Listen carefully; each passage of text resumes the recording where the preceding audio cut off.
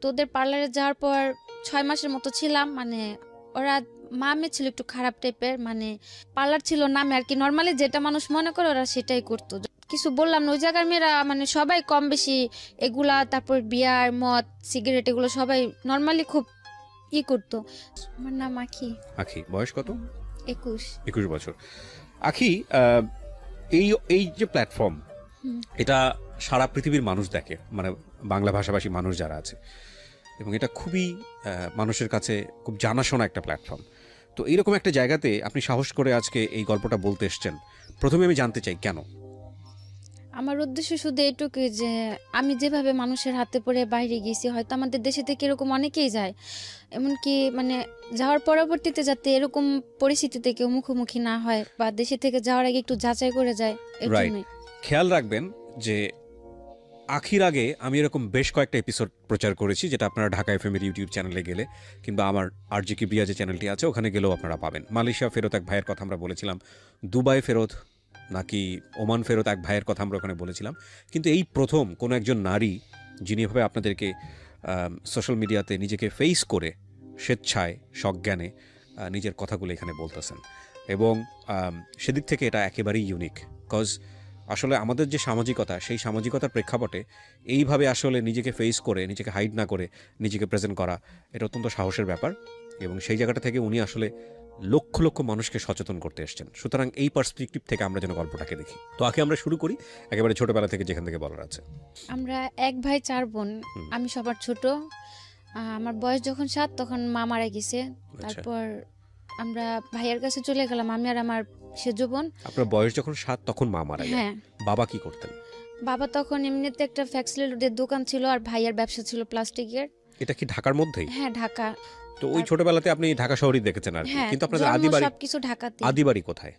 আদিবাড়িটা মানে আপনাদের জন্মস্থান কোথায়? জন্মস্থানে ঢাকাতে, ইসলামবাগ। আপনার বাবার আদিবাড়ি কোথায়? মেবি বিক্রমপুর। বাট আপনি শিওর না? ওকে, ঠিক আছে। তো মা 7 বছর বয়সে মারা গেল। হ্যাঁ। তারপর ভাইয়াদের সাথে আমরা চলে আসলাম, ভাইয়ের কাছে ছিলাম। তো ভাবিটা আর কি একটু অন্য রকম টাইপের থাকাতে তাদের সাথে আমাদের আর কি সবসময় ঝগড়া থাকতো। তারপর বাবা আমাকে আর আমার বোনকে নিয়ে আলাদা হয়ে গেল। তারপরে 6 বছরের মতো ছিলাম আমরা বাবার সাথে। থাকার পর যখন আমার সেজো বোনের বিয়ে হয়ে গেল, তখন বাবা দেখতেছে, তখন আমি ক্লাস 7 বা 8 পড়ি। তখন তারা আমার পক্ষে রান্না বাড়া করা, একটা সংসারের কাজ ধরে রাখাটা সম্ভব না, খুবই ডিফিকাল্ট। হ্যাঁ। তারপরে মানে ফুপু বড়া পড়া সবাই মিলে বাবাকে বিয়ে দিল। তারপরে যখন সৎ মা আসলো, সে খুব ভালো, মানে সৎ বলতে আর কি যা হয়, ভালোর মধ্যেও তো কিছুটা খারাপ থাকেই যায়। তারপরে দেখা যাচ্ছে সবসময় একটু রাগারাগি করতো, আবার মাঝে মাঝে খুব ভালো ব্যবহারও করতো।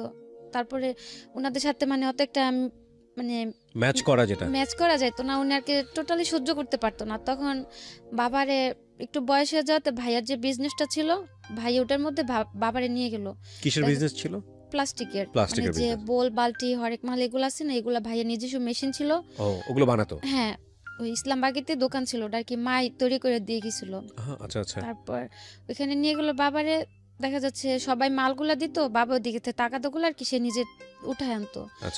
তো ওইখান থেকে মানে আমার ওটা পছন্দ হতো না যে বাবা আমার খুব আদর করতো, আর আমি তো সবার ছোট ছিলাম।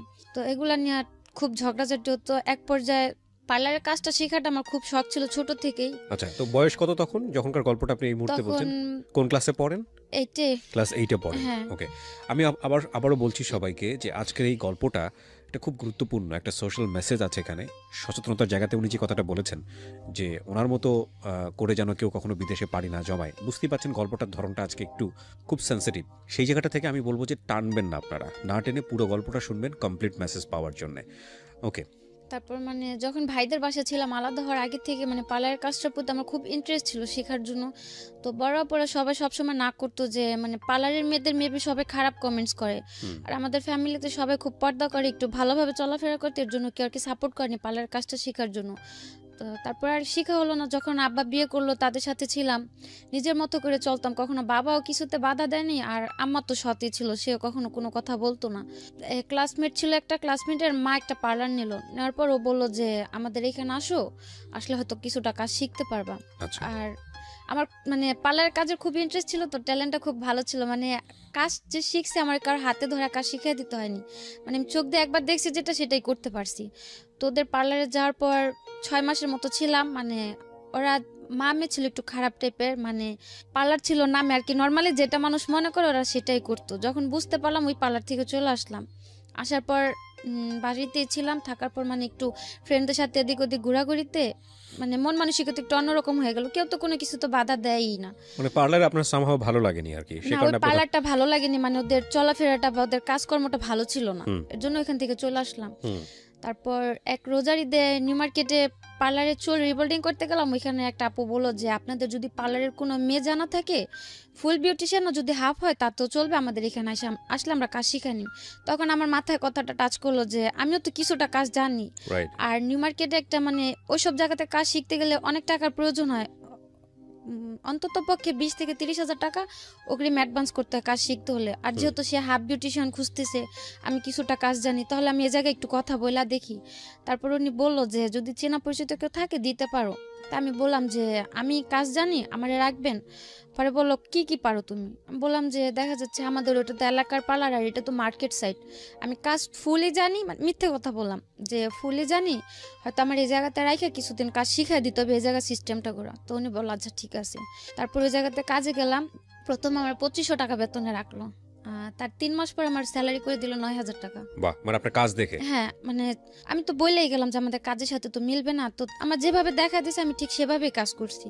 তো 3 মাসের মাথায় বেতন ভালো হইলো। প্রায় 6-7 মাসের মতো আমি ওই জায়গাতে কাজ করলাম বেতন বাড়ানোর পরে। বাসা থেকেও কেউ কিছু বলে নাই, যেহেতু ওটা বাইরের এলাকাতে কাজ করতেছি। আর ওইসব জায়গাতে কাজ শেখাটাও ভালো। তারপর যাওয়ার পরে আমার একটা খালতো ভাই ছিল। ওই খালতো ভাই বলতে এদিকে আরেকটা কথা আছে, মানে আমার মার যে বড় বোনটা, ওদের ওই খালার 3টা ছেলের সাথে আমাদের 3 বোনের বিয়ে হয়েছে। ও আচ্ছা। প্রথমে মেজো আপু করছে আর কি, পরে যে আমরা 2 বোন বিয়েটা করছি, বলতে গেলে এটা একটা অ্যাক্সিডেন্ট। মানে হয় না যে মানুষ যে প্রতিনিয়ত একটা কিছুর জন্য দোষারোপ করতেছে, এক পর্যায়ে মানুষের মধ্যে কিন্তু একটা জিদ কাজ করে যে না আমি কিছু করতেছি না, প্রতিদিনই আমার দোষ হচ্ছে, তাহলে আমি সেই কাজটাই করি। তো আমার সেজো বোনটা আর কি এরকম কিছু একটা, আর আমার ওই বোনটার খুব রাগ, মানে অত্যন্ত পরিমাণে রাগ। ওরে প্রচুর এরকম টর্চার করা হতো যে ওর সাথে কথা বলবেন এই না সেই না, অথচ কিছুই করতেছে না। তো একদিন কথা কাটাকাটি হওয়ার পরে ও চলে গেল ওই খালতু ভাইয়ের সাথে। ও যাওয়ার পরে সিরিয়াল আসলো আমার, অথচ আমি কিছুই করতেছি না, জায়গাতে তো আমি আমার কাজকর্ম এগুলো নিয়ে বিজি। তারপর আমার সাথে কিছুটা ঝগড়াঝাটি হওয়ার পর ওই খালতো ভাইটা আমার পিছনে 4 বছর ঘুরছে, কিন্তু আমি কোনো কেয়ার করিনি, মানে ওইসবের প্রতি আমার কোনো মাথাই ছিল না। যে পার্লারের কাজ শিখতেছি নিজের মতো করে আছি, এগুলো নিয়ে আমার মাথা ব্যথা। তারপরে আমার সাথে ঝগড়া লাগে, তখন আমি নিউ মার্কেটের কাজটা ছাইড়া দিলাম। মানে কাজে যাওয়ার সময় একদিন বাসের থেকে কথা বলতেছি, ওই জানলা দিয়ে আমার ফোনটা ছুঁড়ে নিয়ে গেল। তারপর থেকে খুব ভয় পাওয়ার পর আমি আর কাজেই গেলাম না নিউ মার্কেটে। তারপরে 2-3 মাস থাকার পর আমি ওই আমাদের এলাকাতে একটা পার্লারের কাজে লাগলাম 3000 টাকা বেতনে। ওইখানে কাজ করতেছি ভালোই। একটা ঈদের সময়, রোজার ঈদের সময় আমার সাথে আমার খুব ঝগড়া। তো উনি আমার বললো তুই বাসা থেকে বের হয়ে চলে যা। কোন আম্মা? আমার সৎমা যেটা। আচ্ছা। আমি তো বাবার সাথেই থাকতাম, যেহেতু সবার বিয়ে হয়ে গেছে, শত কাপন হোক থাকার জায়গা ওইটাই ছিল। তো উনি আমার একটা থাপ্পড় দিল। তো উনি থাপ্পড় দেওয়াতে বাবা খুব রাইগে গেল, আর আমার খুব কষ্ট লাগলো যে আমার মা মারা গেছে, আমি ছোটতে বড় হয়েছে, হয়তো কোনো ভাই বোন বা বাবার হাতে আমি কখনো মার বা গালি কোনোটা খাইনি, বা কেউ আমার কোনো সময় জোর করলে একটা কথাও বলেনি। তো উনি একটা থাপ্পড় দেওয়া, তো আমি কিছু বললাম না।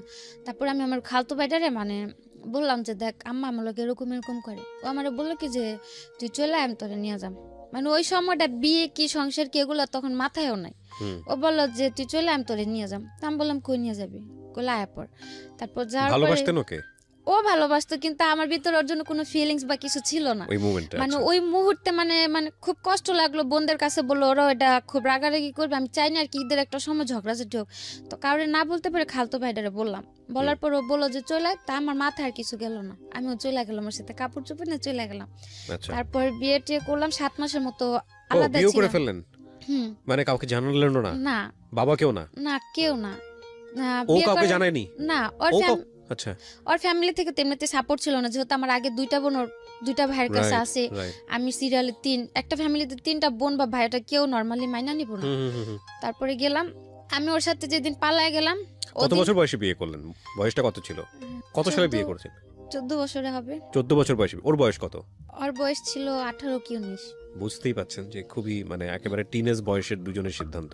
হ্যাঁ, তা আমি 3 মাসের মতো ছিলাম আলাদা, কারোর সাথে যোগাযোগ নেই। হঠাৎ করে জানতে পারলাম যে এরকম এরকম আমার কারণে ওই ভরাপুরে দোলাভাই রেখে চলে গেল।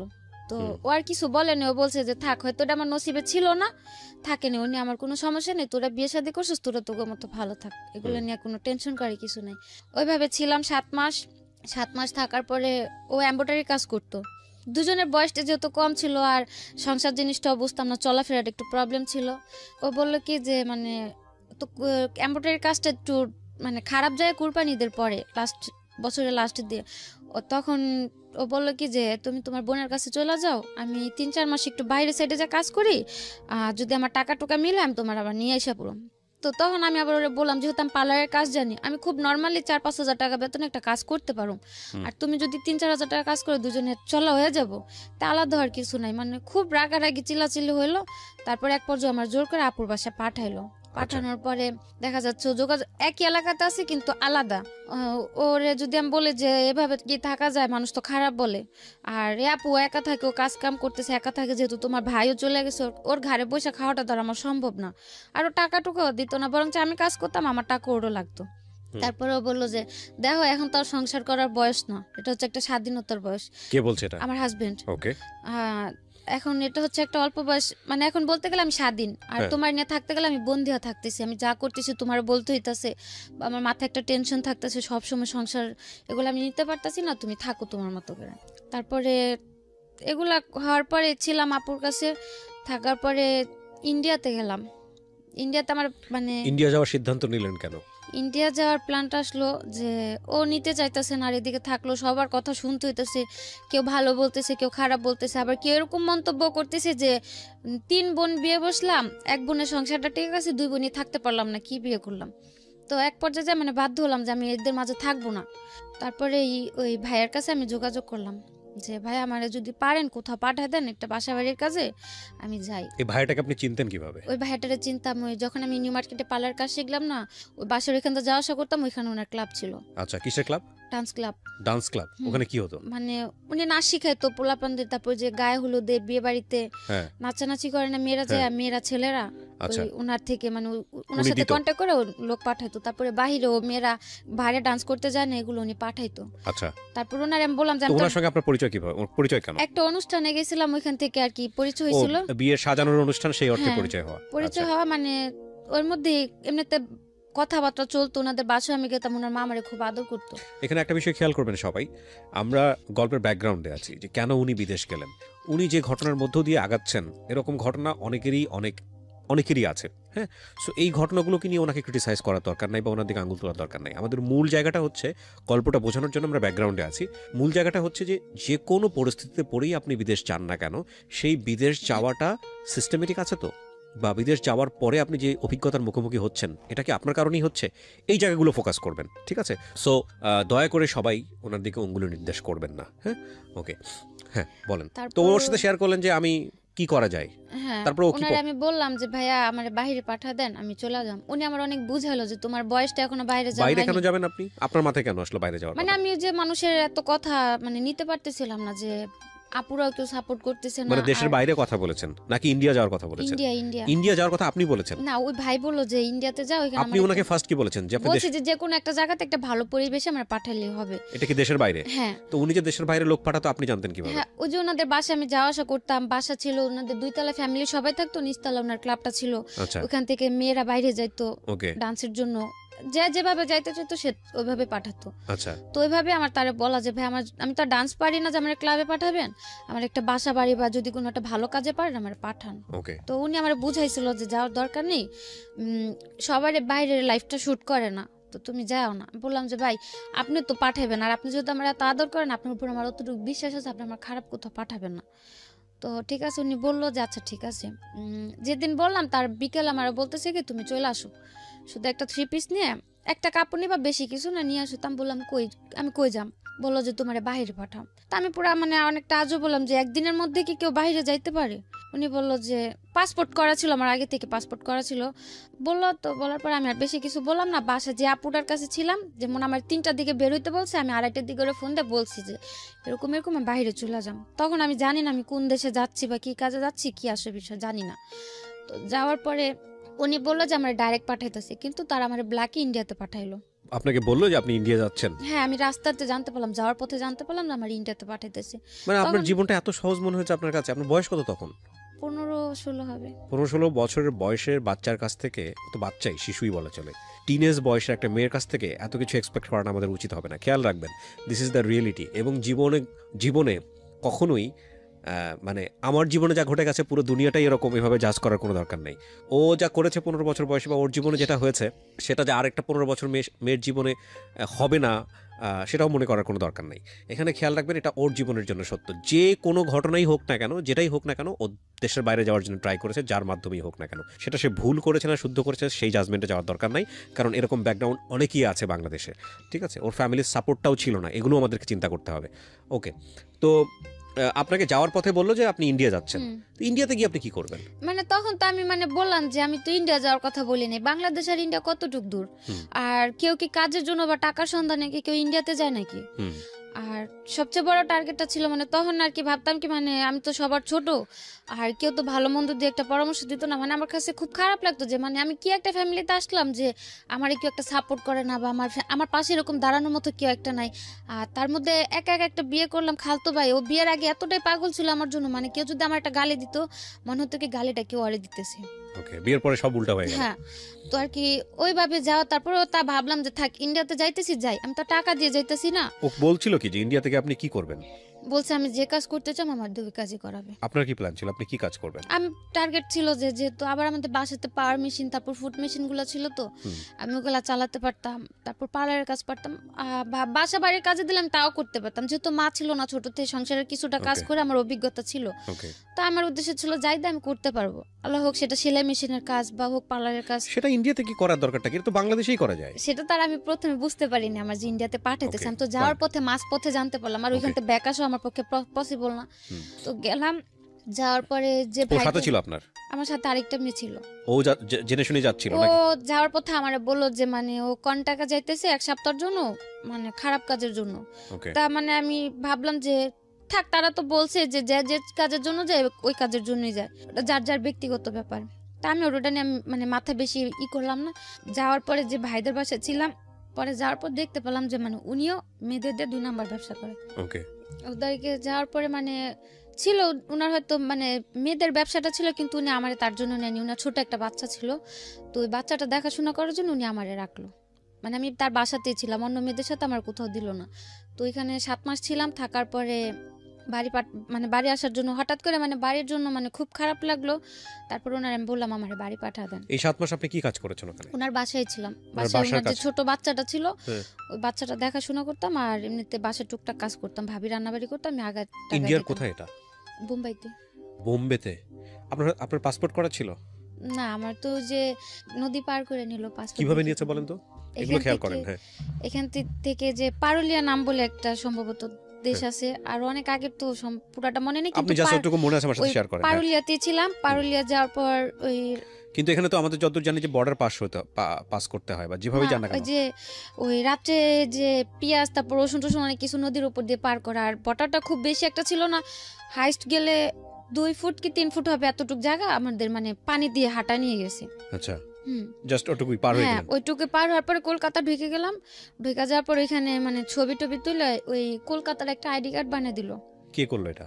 ওই তাদেরই লোক ছিল কলকাতাতে, তারাই হয়তো সরকারি লোকের সাথে হাত করা ছিল, তারাই একটা কার্ড বানিয়ে দিল, ন্যাশনাল কার্ড বানিয়ে দিল। ওটা আপনি কলকাতার মানুষ? হ্যাঁ, তারপর ওই কার্ড দিয়ে ওই কার্ড দিয়ে আমি যে কোনো জায়গায় যেতে পারতাম।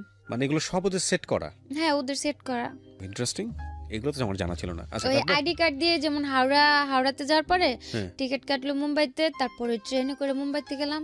ওই আইডি কার্ড দিয়ে মুম্বাই তো মানে রিল্যাক্সে থাকলাম, কোনো প্রবলেম হলো না। ওকে, একটা জিনিস খেয়াল রাখবেন এখানে, this is very non investigated show. So সেই জায়গা থেকে আমরা সরজমিনে এটা ইনভেস্টিগেট করিনি, সেই জায়গা থেকে ওর কথা আপনারা বিশ্বাস করবেন কি করবেন না সেটা একান্তই আপনাদের বিষয়, এক। আর 2 নম্বর হচ্ছে, যেহেতু এটা নন ইনভেস্টিগেটেড, সুতরাং আপনারা দেখবেন যে অনুষ্ঠানের শুরুতে একটা ডিসক্লেইমার দেওয়া থাকে। সো আমরা চাচ্ছি না মানে আমাদের যিনি গেস্ট থাকেন তার কোনো পার্ট, কোনো কিছু লিগেলি স্বীকারোক্তি হিসেবে নেওয়া হোক। সো এটাকে জাস্ট একটা লার্নিং হিসেবে নেওয়ার জন্যই আমরা প্রচার করছি। বাট এই ইনফরমেশনগুলো উনি যেটা বলছে সেটা সত্য না মিথ্যা সেটা আমাদের যাচাই না করেই আমরা প্রচার করছি, বিশ্বাস করাটা আপনার দায়িত্ব। ওকে, তারপর ওই ভাইয়ের বাসায় ছিলাম 7-8 মাস ছিলাম, খুব আদর করতাম। আমারে হয়তো তার কারণে বাড়ির কারো কথা মনে পড়তো না, বা ওই বয়সটাতে ফ্যামিলি থেকে দূরে মানে অন্য একটা দেশে যাওয়াটা খুব টাফ, সেটা এখন বুঝি, তখন হয়তো বুঝি নাই। তারপর ছিলাম, থাকার পরে বাসায় পাঠিয়ে দিতে বললাম, ওনারা আমার পাঠিয়ে দিল 7 মাস পরে। হ্যাঁ পাঠিয়ে দিল, ওদিকে আমার কোনো প্রবলেম হয়নি।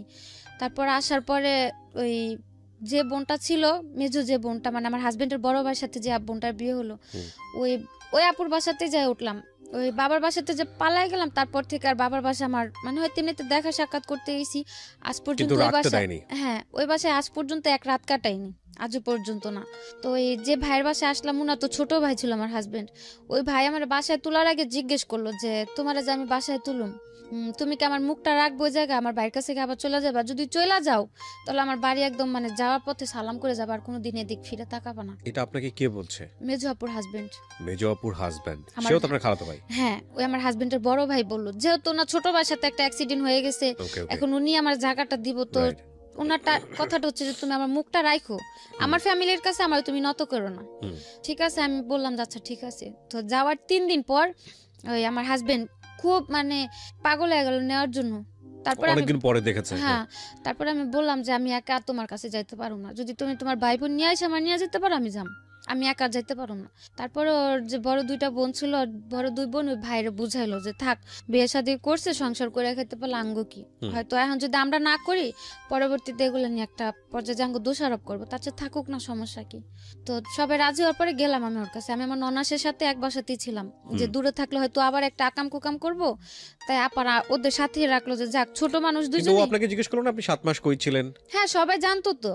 আচ্ছা, যাওয়ার পর সবাই জানতে পারলো না, যেহেতু আমি 7টা মাস বাড়ি থেকে নিখোঁজ। কিন্তু সন্দেহ হওয়ার কথা না, আপনি এই ধরনের একটা কাজে বাইরে। যেহেতু আমি ভালো হালে ছিলাম, সবার সাথে কন্টিনিউ যোগাযোগ হতো। আপনার হাজবেন্ড আপনাকে বিশ্বাস করেছে? হ্যাঁ করেছে। আর যে ভাইয়ের বাসা ছিলাম, আমাদের বাসার পাশেই তার বাসা ছিল। ইন্ডিয়াতে? বাংলাদেশে, মানে বাংলাদেশে তো তাদের বাড়ি আছে। ওই ভাইয়া বাঙালিই ছিল। ওকে, মানে আমাদের বাসা থেকে হাইস্ট গেলে 10 থেকে 15 মিনিট তাদের বাসা। ওকে।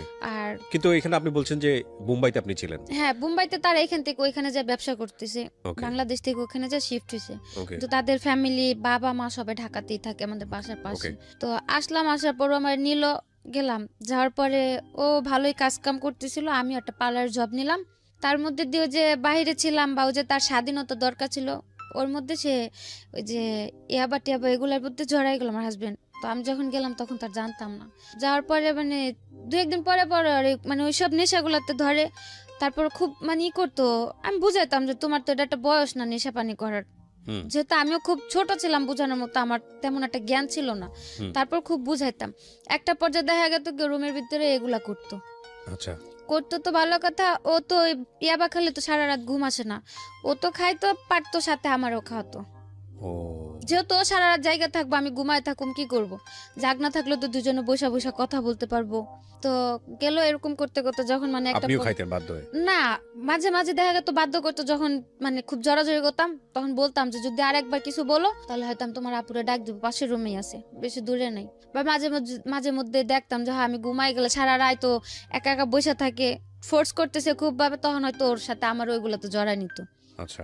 তো এক পর্যায়ে যখন মানে খুব গভীর ভাবে এগুলো করলো, মানে কন্টিনিউ চলে, প্রতিদিনই ঘরের ভিতরে এগুলো চলে, কোনোভাবে স্টপ করতে পারতেছি না। আস্তে আস্তে মানে ওর ব্যবহার আচরণ খুব খারাপ হয়ে গেল। মানে বলতে গেলে এক প্রকার মানুষ বলে না নেশাখোরের ব্যবহার আর কি থাকতে পারে, ওইরকম হলো। তারপরে আবার ঝগড়া লাগলো। ঝগড়া লাগার পরে এবার আমার বোনেরাই বললো যে ওর কাছে রাখবো না। তখন বাসায় টুকটাক সবাই জানলো যে নেশা পানি করে, কাজ কাম ঠিক মতো করতেছে না, আবার আমি কাজ করতেছি সেই টাকাগুলো নিয়েও নেশা করতেছে। তারপর আপুরে আমার নিয়ে আসলো। আসার পর 7 মাস ছিলাম বোনেদের কাছে। ওই 7 মাসই প্রতিদিনে আমি ওরা ফোন দিয়ে বুঝাইছি যে আসো, তুমি একটা কাজ কাম করো, আমিও করি। যেহেতু আমার মা নাই, আমার থাকার মতো একটা জায়গাও নেই ওরকম, বা আমার কেউ সাপোর্ট করারও কেউ নাই।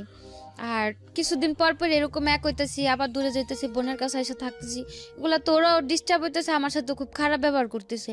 আজকে আমার মা থাকতো, তুমি আমার ফেলা দিছো, আমার মা আমার আগলায় নিত, কিন্তু আমি তো সে সাপোর্টগুলো কোথাও পাইতেছি না।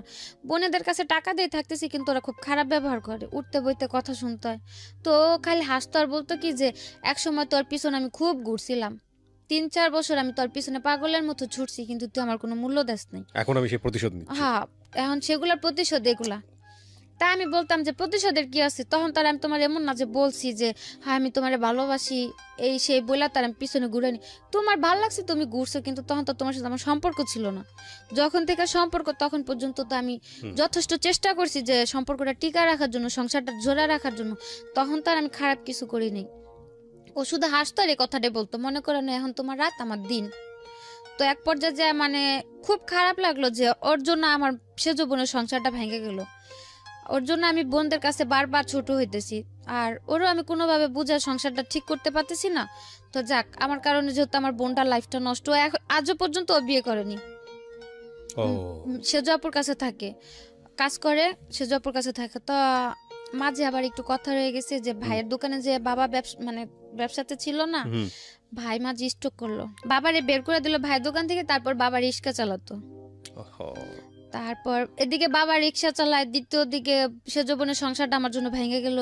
মানে এদিকে হাজবেন্ডও খারাপ ব্যবহার করতেছে, আর আমি তখন কাজ করতাম 5-6 হাজার টাকা বেতনের একটা কাজ করতাম, আমার তো সম্ভব হতো না সবারই হেল্প করার জন্য। তো একটা পর্যায়ে যে আমি খুব করলাম যে থাক, আমি তো আমার নিজের লাইফটা সেটেল করতে পারলামই না, তো আমি বাইরে চলে যাই, যাই হয়তো যদি আমি একটা ভালো বেতনে কাজ করতে পারি, আমার বাবার একটা ছোটখাটো দোকান দিয়ে দিলাম, আর আমার সে যৌবনটার কিছু টাকা খরচ করলে হয়তো ওর একটা ভালো জায়গায় বিয়ে শাদী দেওয়া যাবে। উদ্দেশ্য কিন্তু মহৎ, উদ্দেশ্য মহৎ। হ্যাঁ, আমি চলে যাই, যেহেতু আমি সবার ছোট, আর আমার সেজ বোনটা মানে ছোট বলতে কি, মানে আমরা যে 4-5 ভাই বোন, মানে সবার মধ্যে আমি বলতে গেলে একটু কঠোর, মানে আমি যে কোনো জায়গায় যে কোনো পরিস্থিতিতে নিজের তৈরি করে নিতে পারি, কিন্তু আমার যে সেজ বোনটা খুবই মানে নরম, বলতে গেলে খুবই নরম। ও কারোর সাথে দুটা কথা বলতে গেলে একবার জায়গায় 10 বার চিন্তা করে কথা বলে। তো সে জায়গা থেকে আমি ভাবলাম যে যদি আমি বাইরে চলে যাই, আমার দ্বারা যদি আমার বাবাটা একটু ভালোভাবে থাকতে পারে, আর আমার বোনটারও বিয়ে হয়ে যায়, তো এগুলা টার্গেট করে আমি ওই ভাইয়ের কাছে আবার গেলাম। যাওয়ার পর বললাম যে ভাইয়া, আমি ইন্ডিয়া সব ছোট কোনো জায়গায় যাবো না, আমার অন্য কোনো একটা ভালো জায়গায় পাঠান, যাতে আমি আমার ফ্যামিলিটার জন্য অন্তত কিছু করতে পারি। আমি আমারই নিয়ে চিন্তা করি না, কারণ আমি একা সবার ছোট মানুষ, আমি একা একটা মানুষ, আমি হয়তো মানুষের বাসায় কাজ করে খেলেও খাইতে পারুম, হয়তো আমি আমার বাবাটার আর বোনটার লাইফটা যদি সেটেল করে দিতে পারি, তাহলে হয়তো আমার কাছে নিজে খুব ধন্য মনে হইব। তো তারপর উনি বললো যে আচ্ছা ঠিক আছে, পাসপোর্ট দিয়ে যায়, আমি দেখি। তো দিয়ে আসলাম পাসপোর্ট দিয়ে আসার 1 মাস পরে ওই শবে-বরাতের দিন আমারে ফোন করলো যে আমার পাসপোর্টে ভিসা লাগছে মালয়েশিয়ার। তো আমি জিজ্ঞেস করলাম কি কাজ মালয়েশিয়ার, পরে বললো যে তুমি মালয়েশিয়া যে পার্লারের কাজ করতে পারবা। তা আমি বললাম যে আচ্ছা ঠিক আছে। তারপরে আমি বাসা সবারে ওই শবে-বরাতের নামাজের পরে, মানে আমার ফোনেও ছবি পাঠাইছিল যে মালয়েশিয়ার ভিসা আসছে, ওই ছবিটা সবাই দেখালাম যে এরকম এরকম মালয়েশিয়া চলে যাম। তারপর সবাই খুশি যে এই মালয়েশিয়া যাও কি এই ভাইয়ের মাধ্যমেই? হুম, এই যে ভাই পার্লারে কাজ ইন্ডিয়া- করতো, হ্যাঁ, না ওই যে ক্লাবে ছিল যে ভাই। যে ভাইটা আপনাকে ওই আপনি ক্লাবে পরিচয় হলেন, যে আপনাকে ইন্ডিয়া পাঠিয়েছিল একটু আগে, হুম। সেই ভাই। হুম। ওকে। তার 15 দিন পর আমার টিকিট আসলো। তো আপনি ওই ভাইকে বিশ্বাস করলেন কিভাবে? আপনাকে এর আগে পাঠিয়ে দিল ইন্ডিয়াতে এরকম একটা জায়গায়? ইন্ডিয়াতে পাঠালো, তখন তো আর তাদের পরিবেশটা খারাপ ছিল, কিন্তু আমার সাথে তো আর কেউ খারাপ কিছু মানে করেনি, আপনাকে আমি তো তো ভালো ইনভলভ কাজ করেনি। করলাম। আচ্ছা আচ্ছা। হ্যাঁ, সেজন্য ট্রাস্টটা ছিল, যেহেতু খারাপ পরিবেশে তো মানুষ ভালো কাজ করেছে আমার দেবা, আমার সাথে তো কোনো অত্যাচার বা খারাপ কিছু হয়নি। ওই বিশ্বাসে আমি বললাম যে ভাই আমার আবার কোথাও পাঠা দেন, কিন্তু আমি ইন্ডিয়া এসব জায়গায় কোথাও যাব না। ওকে। পরে ভিসা আসলো 2017 জুনে। আপনি টাকা দিয়েছিলেন? না, আমার কোনো টাকা লাগেনি। টাকা ছাড়াই ভিসা? হ্যাঁ, কোথায়, কোন দেশে? মালয়েশিয়ার। মালয়েশিয়াতে। ওকে। পাসপোর্ট করা ছিল আপনার? হ্যাঁ, পাসপোর্ট আমার করা ছিল। তারপর ওই 18 তারিখে বললো যে জুনের 1 তারিখে প্রথম ফ্লাইটটা ছিল, জুনের 1 তারিখে। পরে আমার ফোন দিয়ে বললো যে এরকম এরকম জুনের 1 তারিখে তোমার ফ্লাইট, হ্যাঁ তোমার শপিং টপিং কিছু করা লাগলে তুমি করে নাও। তা আমি বললাম যে আমি শপিং করবো, আমার কাছে টাকা টুকা নেই, যদি কিছু নিতে হয় ওনাদের বলেন আমার টাকা দিয়ে নিতে, আমি যাওয়ার পর কাজ করলে আমার বেতন কাইটা রেখে দিব। কিসের কাজ ছিল? বলছিল পার্লারের কাজ। পার্লারের কাজ। ওকে। তারপরে আমারে 10,000 টাকা দিছিল, তো যাওয়ার জন্য আমি একটা লাকেজ বা টুকটাক কিছু শপিং করলাম যে যাওয়ার জন্য। তারপর 1 তারিখে ফ্লাইট ছিল, 1 তারিখে আমি বেরোলাম। আমারে বললো মানে 9টা ফ্লাইট ছিল, অন্তত 3 ঘন্টা আগে তো এয়ারপোর্টে যে উপস্থিত থাকতে হয়। তো তারা আমারে বললো কি যে 7টার দিকে তুমি রুম থেকে বেরোবো। তো 7টার দিকে বেরোয় তো আর ওই 9টার ফ্লাইটে যায় পৌঁছানো সম্ভব না, রমজানের মাস, রাস্তাঘাটও মানে ট্রাফিকে প্রবলেম থাকে। তারপর অর্ধেক পথ যাওয়ার পরে তারা বললো যে তুমি যা পৌঁছাতে পারবে না, টিকিট এটা ক্যান্সেল হয়ে গেছে, তুমি বাসায় চলে যাও, আবার অন্য কোনো মানে ফ্লাইটে যেতে হবে, অন্য কোনো ভাবে টিকিট করতে হবে। তারপর যাওয়ার পরে জুনের 18 তারিখ আমার কনফার্ম ফ্লাইট হলো 2017। তারপর 2017-তে জুনের 18 তারিখে আমি মালয়েশিয়াতে গেলাম। যাওয়ার পর 2-3 দিন রেস্ট করতে দিল। যাওয়ার পরে কোথায় উঠলেন? যাওয়ার পর যে ভাইয়ারা নিল তাদের বাসায় নিয়ে গেল। বাঙালি? হ্যাঁ। আচ্ছা। তারপর ওনাদের বাসায় গেলাম, যাওয়ার পরে আমি গেছিলাম, আমার সাথে আরো 2টা ফ্যামিলি, মানে আমার তো ট্যুরিস্ট নিছিল প্রথমে। তারপর গেলাম, যাওয়ার পর আমার মানে ট্যুরিস্ট নিল, আমার যেমন আমার ওয়াইফ বানালো, আমার সাথে আরেকজনের হাজবেন্ড বানালো, এরকম ভাবে 3টা ফ্যামিলি গেলাম আমরা। আপনাকে ওয়াইফ বানিয়েছে, আরেকজনকে হাজবেন্ড, মানে হাজবেন্ড ওয়াইফ হানিমুন ভিসাতে মানে ট্যুরিস্টে ঘুরতে যেতেছি। ওকে। ওইভাবে করে নিল। এই কার্ড বের করেছে, কাবিননামা টামিননামা এগুলো বের করেছে? হ্যাঁ, ওনারা এই সবগুলো বের করে নিছে। ওরাই বের করে দিয়েছে? হ্যাঁ। আমার কিচ্ছু করতে নেই, শুধু আমি পাসপোর্ট জমা দিলাম আর মালয়েশিয়া চলে গেলাম। আর মাঝে যে কাজগুলো ছিল ওই কাবিননামা, তারপরে ওই হোটেল বুকিং টুকিং, এগুলো তো শো করতে হয় এয়ারপোর্টে, যে হানিমুনে যাইতেছি, কোথায় যে উঠবো, এগুলো তো শো করতে হয়, তারপরে টাকাও শো করতে হয়, ওগুলো সব তারাই করলো। তো আপনি বলতেছিলেন না যে এগুলো যে 2 নাম্বার, এগুলোর কোনো প্রকার কোনো বিপদ হবে কিনা? না, ওনারা বলছে যে মানে নরমালি কাজের মানে মেয়েদের কাজের জন্য নরমালি মালয়েশিয়ার কোনো ভিসা নাই, মানে যে যেমন সৌদি আরব অন্যান্য রাষ্ট্রে যেমন মানে টুরিস্ট ভিসাতে যাবে, তারপরে গিয়ে তারপরে যা করার, তারপরে যদি ভালো কাজ হোক খারাপ কাজ ওটা যার যার সিদ্ধান্ত। হ্যাঁ, যেমন লোকের কাছে যা পাবে সে তেমন কাজ করব। তারপর গেলাম, যাওয়ার পর 3টা ফ্যামিলি গেলাম, 3টার মধ্যে 2টা এয়ারপোর্টে আটকায় দিল, মালয়েশিয়া এয়ারপোর্টে ইমিগ্রেশনে। তো আমাদের কোনো প্রবলেম হয় না, আমরা বের হয়ে গেলাম। ইমিগ্রেশন পার হয়ে যখন এয়ারপোর্ট থেকে বের হবো, ওই এয়ারপোর্টের 2টা এমনি লোকাল পুলিশ ছিল, ওই পুলিশগুলো মানে আমার সাথে যে ছেলেটা ছিল, ছেলেটা জিজ্ঞেস করলো যে ইংলিশে জিজ্ঞেস করলো যে তোমাদের এজেন্ট আছে? ও কিছুই বুঝলো না, কিন্তু ঠাস করে বলে দিল যে ইয়া এজেন্ট। তো পুলিশ ভাবলো কি যে মানে সম্ভবত এজেন্ট আছে, আমাদের দুজনকে নিয়ে সাথে সাথে পুলিশের গাড়িতে তুলে দিল। তো পুলিশের গাড়িতে? হ্যাঁ, এয়ারপোর্ট থেকে বের করে পুলিশের যে গাড়িগুলো নরমালি ওগুলো তো উঠাইলো। তো উঠানোর পর তো মানে আমার খুব রাগ হচ্ছে, এক প্রকার তো রাগ হচ্ছে, দ্বিতীয়ত ভয় হচ্ছে, খুব কান্না করতে ইচ্ছে করতেছে যে ভাষা পারি না, মাত্র আসলাম, আর এখন যদি পুলিশে ধরে তারা কি ছুটা নিব না, কি হবে, কি একটা মানে টেনশন। তারপরে ওই ছেলের কাছে সিম দিছিল, মালয়েশিয়ার সিম, তো ওই সিম চালু করেছিল, আমার কাছে যে ভাইয়ারদের নাম্বার ছিল না, আমি ফোন দিলাম, তখন মালয়েশিয়ার টাইম সকাল 7টা বাজে। তো ফোন দিলাম, ফোন দেওয়ার পর ওই আপুটা ফোন রিসিভ করলো, ভাইয়ার ওয়াইফ রিসিভ করার পর আমি অনেক চিল্লাচিল্লি করলাম যে কিরকম অশিক্ষিত একটা লোক দিয়েছেন সাথে, সারা ইমিগ্রেশন পার করে আইসা মানে আর এক পা গেলে এয়ারপোর্ট থেকে বের হয়ে গেছি, মেন গেটের সামনে এসে কি বললো, পুলিশ এখন গাড়িতে তুলে রাখছে। তারপর বললো যে আচ্ছা ঠিক আছে, সমস্যা নেই, ইমিগ্রেশন পার হয়েছে? বললাম হ্যাঁ। পরে বললো পাসপোর্টে ইমিগ্রেশনের থেকে সিল দিছে, মানে একটা চপের মতো দেয়, ওইটা দিয়েছে? আমি বললাম যে হ্যাঁ দিছে। তাহলে আর কোনো সমস্যা নেই, ওটা তোমাকে নিয়ে এমনি ঘুরে আগে ছাইড়া দিব, তোমাকে জেলে আর ঢুকাইতে পারবো না, কিচ্ছুই না, রাগারাগি কোনো নর্মাল থাকো, মানে দেখা যাতে বুঝতে না পারে যে তোমরা ভয় পাইতেছো বা কিছু একটা। তো বললাম যে ঠিক আছে। তো 1 ঘন্টা 1.5 ঘন্টা মতো ঘোরাঘুরি করার পর যে এজেন্টের মাধ্যমে আমরা গেলাম, মানে সাথেও একটা লোক ছিল আমাদের, ওই লোকটা তারপর ওই মালয়েশিয়ার রিঙ্গিত 4000 রিঙ্গিতে আমাদের দুজনের ছুটা নিল এয়ারপোর্ট থেকে ঘুষ দিয়ে। তারপরে বাসাতে গেলাম, যাওয়ার পরে ওই দিন আর কিছু হয়নি, সকালবেলা আমি ফ্রেশ হয়ে রেস্ট করলাম, যেহেতু 2-3 দিনের জার্নি। তারপর ছিলাম গেল 1 সপ্তাহের মতো রেস্ট করলাম। রেস্ট করার পরে ওই আপুর সাথে কথা বলতে বলতে একটু ফ্রি হলাম। মেন যে লোকটা ছিল আপুটাই, আর ভাইয়াটা মানে যেমন ওনারাও গার্লফ্রেন্ড বয়ফ্রেন্ড ছিল, হাজবেন্ড ওয়াইফ না, মানে মেয়েটা যেমন ব্যবসা করতো ওই ভাইয়াটা তাকে সাপোর্ট করতো। হ্যাঁ, যে মেয়েটা ব্যবসা করতো উনিও বাঙালি। তো আমি বললাম যে আপু 1 সপ্তাহ হয়ে গেছে, তো আমারে কোথায় কাজে দিবেন বা কি, কিছু তো বললেন না। পরে বললো থাকতে থাকো, তোমার তো সমস্যা নেই, তুমি থাকতে থাকো, সময় হলে আমরাই তোমার কাজে পাঠাম। তো আমি আর কিছু বলিনি, ভাবলাম হয়তো যেহেতু বললাম সে পার্লারের কাজ, হয়তো যে প্রসেসটা আমার কাজে দেবে ওই জায়গাটা খালি নাই। ওই একদিন রাত্রে আমার বলতেছে যে তুমি রেডি হও, তোমার কাজে যাইতে হবে। তা আমি বললাম যে রাত্রেবেলা আমি কিসের কাজে যাব? পরে বললো যাও। তো যাওয়ার পরে দেখি যে মানে ওই জায়গাতে আর কি, যে জায়গাতে মেয়েরা কাজ টাজ করে ওই জায়গাতে আমার নিয়ে গেছে। তারপরে আমি বললাম যে আমার এই জায়গায় নিয়ে আসছেন কেন? পরে বললো কেন তোমার কি বলেনি তুমি কি কাজে আসছো? আমি কো আপু তো আমি যে আজকে 1 সপ্তাহ 2 সপ্তাহ ধরে ঘরে আছি, আপু আমার একবারের জন্য বললো না যে আখি তুমি এই কাজটা করবা, বা আমার দেশেতেও তো বইলা পাঠালাম পার্লারের কাজ করবো, তো এটা আমার কি জায়গাতে নিয়ে আসলেন? পরে বলতেছে এটা message centre. Massage centre. Okay. তো আমি বললাম মেসেজ সেন্টার, তো আমি তো মাসাজ টাসাজ করতে পারি না, পার্লারের কাজ দিন আমার মাসাজ সেন্টার আনবে কেন?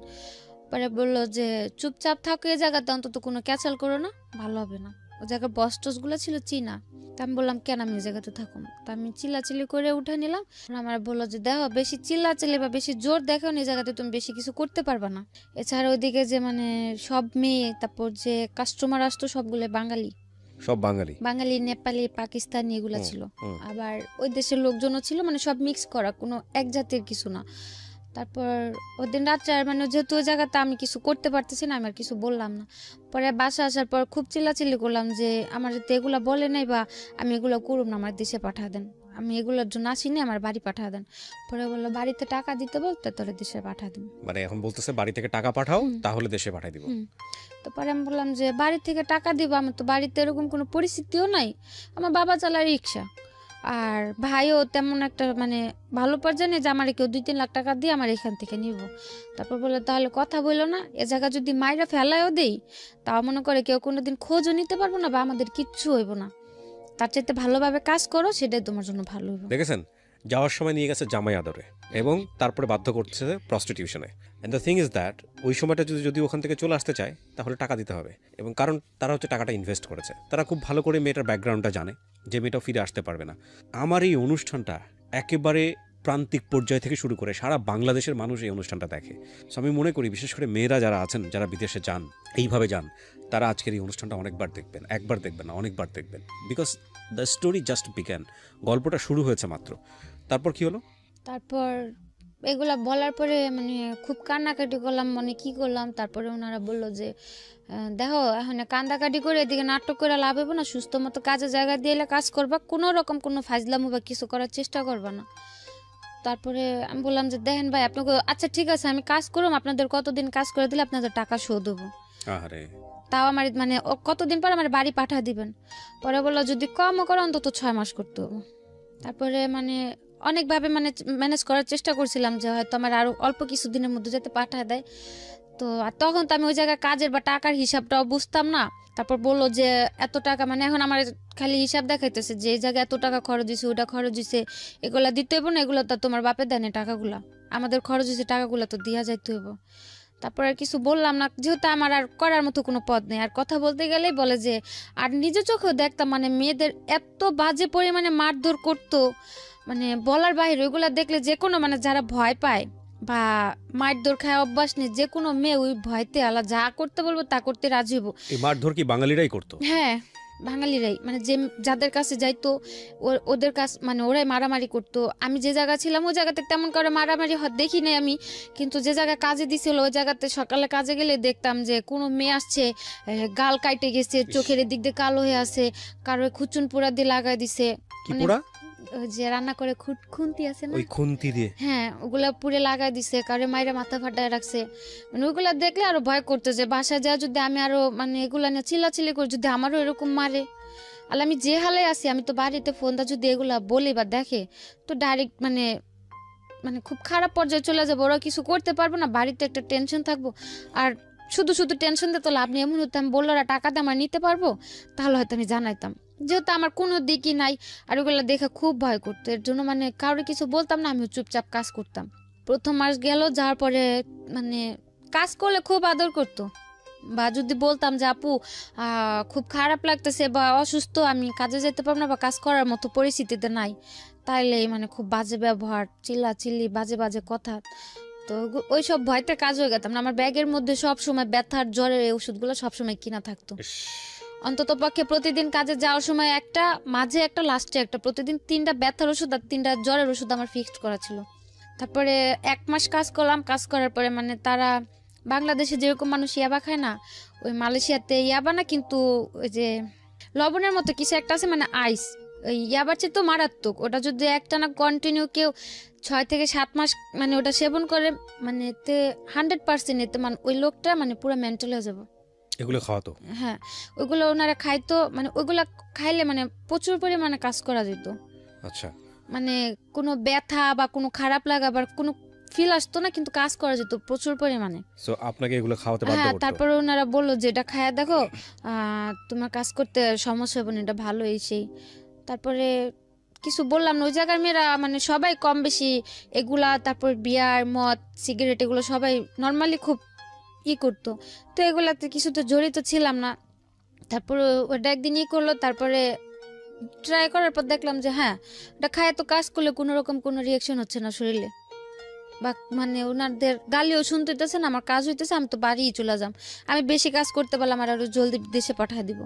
তো এই হিসাব করে তাদের মতো করে যখন বলতো এটা নিয়ে কাজ করো, ওইভাবে কাজ করতাম, যখন না দিত ওইভাবে কাজ করতাম না। এক পর্যায়ে ওনাদের কথা মতো নিতে নিতে মানে ওটা আমার একটা নেশার মতো হয়ে গেল। এই আইসটা মানে ওটা ছাড়া আমি এখন থাকতে পারতেছি না। ওহো, মানে নর্মালি কাজ করা আমার পক্ষে সম্ভবই হয় না। আমি কাজের জায়গায় যা দাঁড়াইলেই আমার প্রচুর রাগ উঠা যায়, কেউ কথা বললে মন চায় আমি মাইরা দিই, মানে এরকম পর্যায়ে চলে গেলাম। এখন আমার মানে এখন আর তাদের দিতে হয় না এটা, এখন আমি এটা খুঁজে বেড়াই যে আমার এটা নিতে হবে, নাহলে তো আমি কাজ করতে পারতেছি না। করতে করতে গেল প্রায় 6 মাস গেল। ওই জায়গায় লোকের মাত্রা ছিল, মানে শনিবার আর রবিবার হচ্ছে মালয়েশিয়াতে হলিডে, মানে সাপ্তাহিক ছুটি থাকে। শনিবার অন্তত কমপক্ষে 30টা কাজ করতে হতো, আর রবিবার এমনও দিন যেত, এমনও রবিবার যেত 70টা 80টা এরকম কাজ করতে হতো। আর নর্মালি পার ডে 20টা 15টা 25টা এরকম ফিক্সড করা ছিল। ওখানে কি পরিমাণ মেয়ে মানে বাঙালি মেয়েরা দেখেছেন আপনি? প্রচুর পরিমাণ, প্রচুর, মানে এক একটা জায়গাতে 15 থেকে 20টা মেয়ে বাঙালি থাকতো। তার মধ্যে আবার 4-5টা সবারই কি এরকম যে কেউ ইচ্ছাকৃত ভাবে করতেছে, কেউ হয়তো যে বাধ্য হয়ে যাওয়ার পরে কাজ করতে করতে যখন মানে টাকার হিসাবটা বুঝা গেছে তখন ইচ্ছাকৃত ভাবে করতেছে। হয় না, অনেকে ভাবে না যে হয়তো বাধ্য হয়ে খারাপ পথে যেহেতু চলে আসছি আর কি হবে কাজ করে টাকা নিয়ে যাই, হয় না, ওরকম ভাবে অনেক কেউ আছে। কেউ যেমন আমাদের মতো নতুন গেছে, তার হয়তো কেউ বাধ্য হয়ে মারধর খায় কাজ কাম করতেছে। আর যারা এজেন্ট ছিল, এজেন্টেরাও কিছু কিছু এজেন্টেরাও কাজ করতো, মেয়েদের দিয়েও কাজ করে। আপনি এই ছেলেটাকে ফোন দিলেন না যে বাংলাদেশে যে ছেলেটা আপনাকে পাঠালো, ওকে ফোন দিয়ে বললেন না যে তুমি আমাকে জেনে শুনে এখানে কেন পাঠালে? আমি বলছি, উনি বললো যে আমার এগুলা বলে নাই। উনিও বাংলাদেশ থেকে অনেক প্রেশার দিল, প্রেশার দেওয়ার পর ওনারাও বললো যে টাকা পাঠা দাও, পাঠিয়ে দিই, সমস্যা নেই। Nothing is free. আপনাকে মাগনা মাগনা ইচ্ছে নিয়ে গিয়ে আপনাকে একটা সুন্দর কাজ দিবে এটা মনে করার কোনো কারণ নেই। প্রথম কথা হচ্ছে এগুলো ইল্লিগাল। আপনি অবৈধভাবে বাংলাদেশ ছেড়ে অন্য দেশে কেন যাবেন, এটা হচ্ছে প্রথম কথা। এটা তো যাওয়াই উচিত না, তাই না? আর আপনি কাজ জানেন, কাজ পারেন, আপনার তো দেশেই কাজ করা উচিত। তারপরেও যাতে এই ধরনের ভুল না হয় সেই জন্যই এই এপিসোডটা। ওকে, তারপর 6 মাসের কাছাকাছি যখন চলে আসলাম তখন তো নর্মালি আমিও কিছুটা নর্মাল হয়ে গেছি, যেহেতু আমার 4-5 মাস অভ্যস্ত হয়ে গেছেন, 4-5 মাস যাবত এগুলো করাইতেছে। তখন আমার মাথাও নর্মালি একটা এরকম থিঙ্ক আসলো যে যাক, জায়গা তো প্রচুর পরিমাণে কাজ করায়, আর হয়তো আমি যদি তাদের সাথে মানে বৈশা 6 মাসের যেহেতু আমার কন্ট্যাক্ট শেষ হলে যদি আমি তাদের সাথে বৈশা মানে 50-50-তে কাজ করতে পারি, হয়তো আমি যে উদ্দেশ্যটা, বাইরে তো আমার যাওয়ার উদ্দেশ্য ছিল টাকাটা, আর বাইরে যাওয়ার আগে মনে করতাম কি যে মনে টাকা হইলে সবার ভালোবাসা কিনতে পাওয়া যায়, বাপ মা হোক ভাই বোন হোক সবারটাই পাওয়া যাবে। দেখতাম মানুষ ভালো মন্দ খাইতে পারলে ভালোভাবে কথা বলে, তা আমি তাই ভাবতাম টাকা দিয়ে বুঝি সবার ভালোবাসা আমি কিনতে পারবো। আমি যদি সবাই টাকা পয়সা দেই, সবাই মনে আমার আদর করবো, আমার সাপোর্ট করবো, যে জিনিসটা আপনার চাইল্ডহুডে মিসিং ছিল, হ্যাঁ ছোটবেলায় আপনি পান। হ্যাঁ, আর তারপর যখন মানে যে কোনো জায়গায় এখনো পর্যন্ত যদি কাউরে দেখি না পোলাপান মানে মাদের সাথে চলাফেরা করে বা মারা যখন বাচ্চাদের আদর করে, মানে এই জিনিসটা ছোট থেকে বুঝি নাই, কিন্তু এখন এটা নিয়ে খুব খারাপ লাগে যে কত মানুষের মানুষ বুড়া হয়ে যায় কিন্তু মানুষের বাপ মার কিছু হয় না। আর আজকে যদি আমার মাটা বাইচা থাকতে হয়তো আমাদের কারো লাইফটা এরকম মানে এরকম ছিন্ন ভিন্ন একটা পর্যায়ে এসে ধার হইতো না, বা আমারও এই সিচুয়েশনগুলোর মুখোমুখি কোনোদিন হইতো না। এই জন্য আপনার মনে হয়েছে টাকা ইনকাম করি, টাকা ইনকাম করলাম, যদি সবাই টাকা পয়সা দিতে পারে সবাই বুঝে আমার একটু আদর করবো, হোক না টাকার বিনিময়ে, তারপর সবার থেকে একটু ভালো ব্যবহার তো আমি পাবো। তো যখন 6 মাস গেল তখন আমি ভাবলাম যে থাক, আমি তো এই জায়গাতে কি খারাপ হালে আছি ভালো হালে আছি তা তো আর কেউ দেখতেছে না, সবাই তো মনে করে আমি খুব ভালো হালে আছি। তো ওনাদের সাথে একটা বসে আন্ডারস্ট্যান্ডিং এ যা দেখি যদি আমার টাকা টোকা দিয়ে কাজ করা যায়, আমি আর কিছুদিন কাজ করে বাবার একটা দোকান দিয়ে দিই, আর বোনের জন্য কিছু টাকা ক্যাশ করে আমি বাড়ি চলে যাম।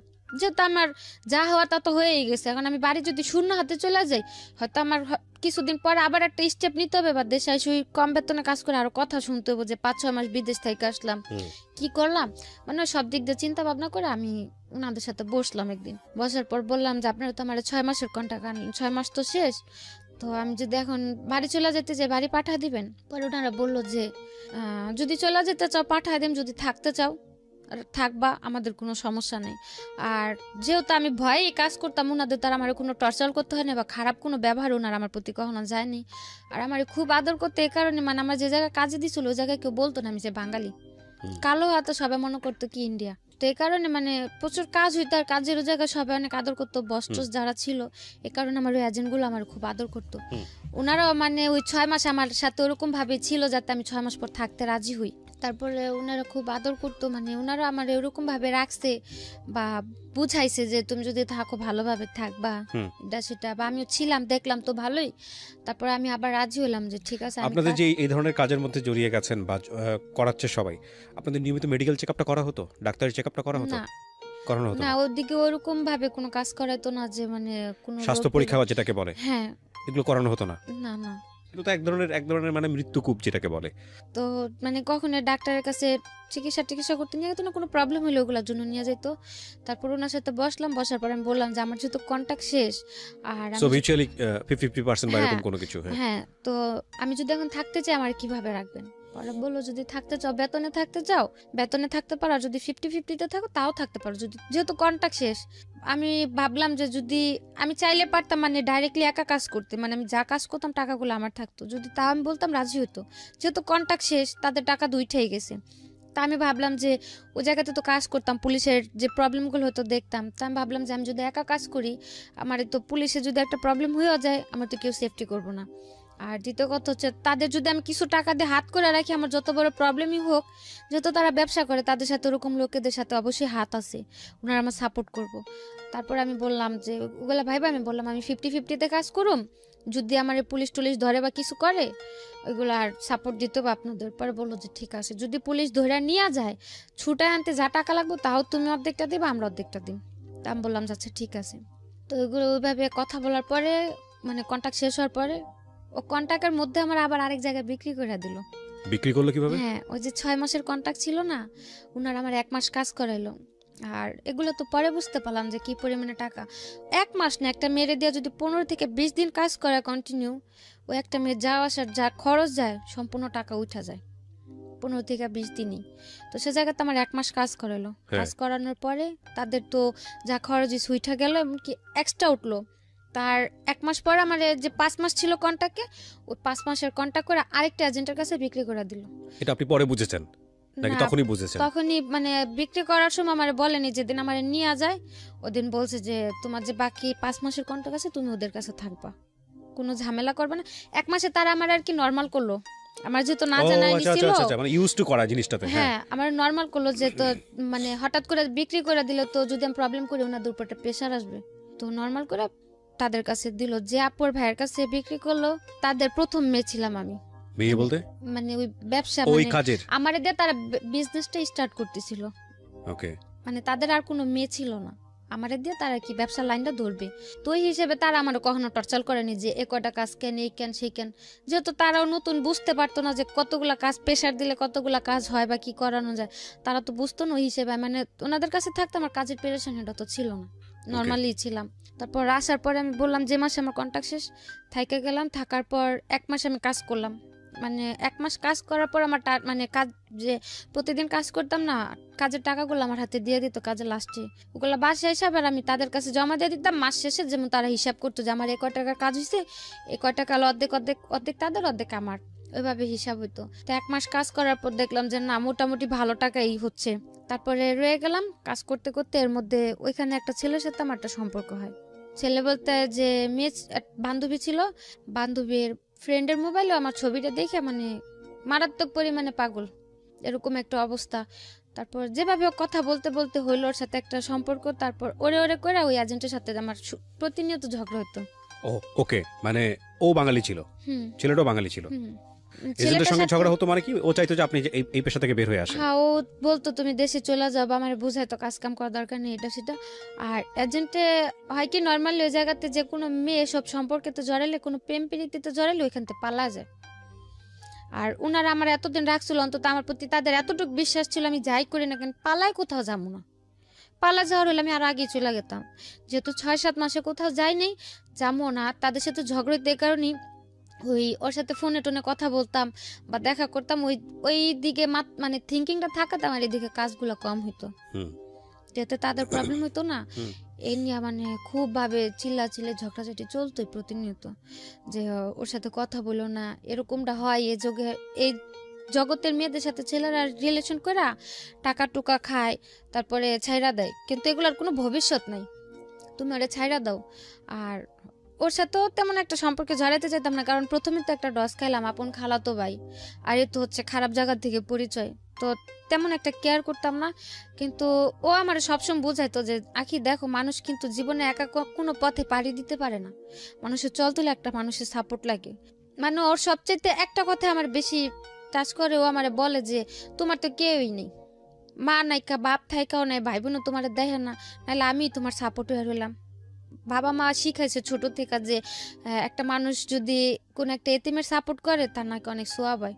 ওই কথাটা বলাতে আমি মানে এতটুকু ভাবলাম যে যেহেতু ও আমার এতটুকু জিনিস বুঝতে পারছে যে আমার কেউ নাই, ও যেহেতু এই জিনিসটা বুঝতে পারছে যে আমি সবার ভালোবাসার কমতিটা ফিল করি, বা মানে এ টু জেড সব দিক দিয়ে আমার খুব সাপোর্ট করতো, আর আমার ওইগুলো খুব ভালো লাগতো।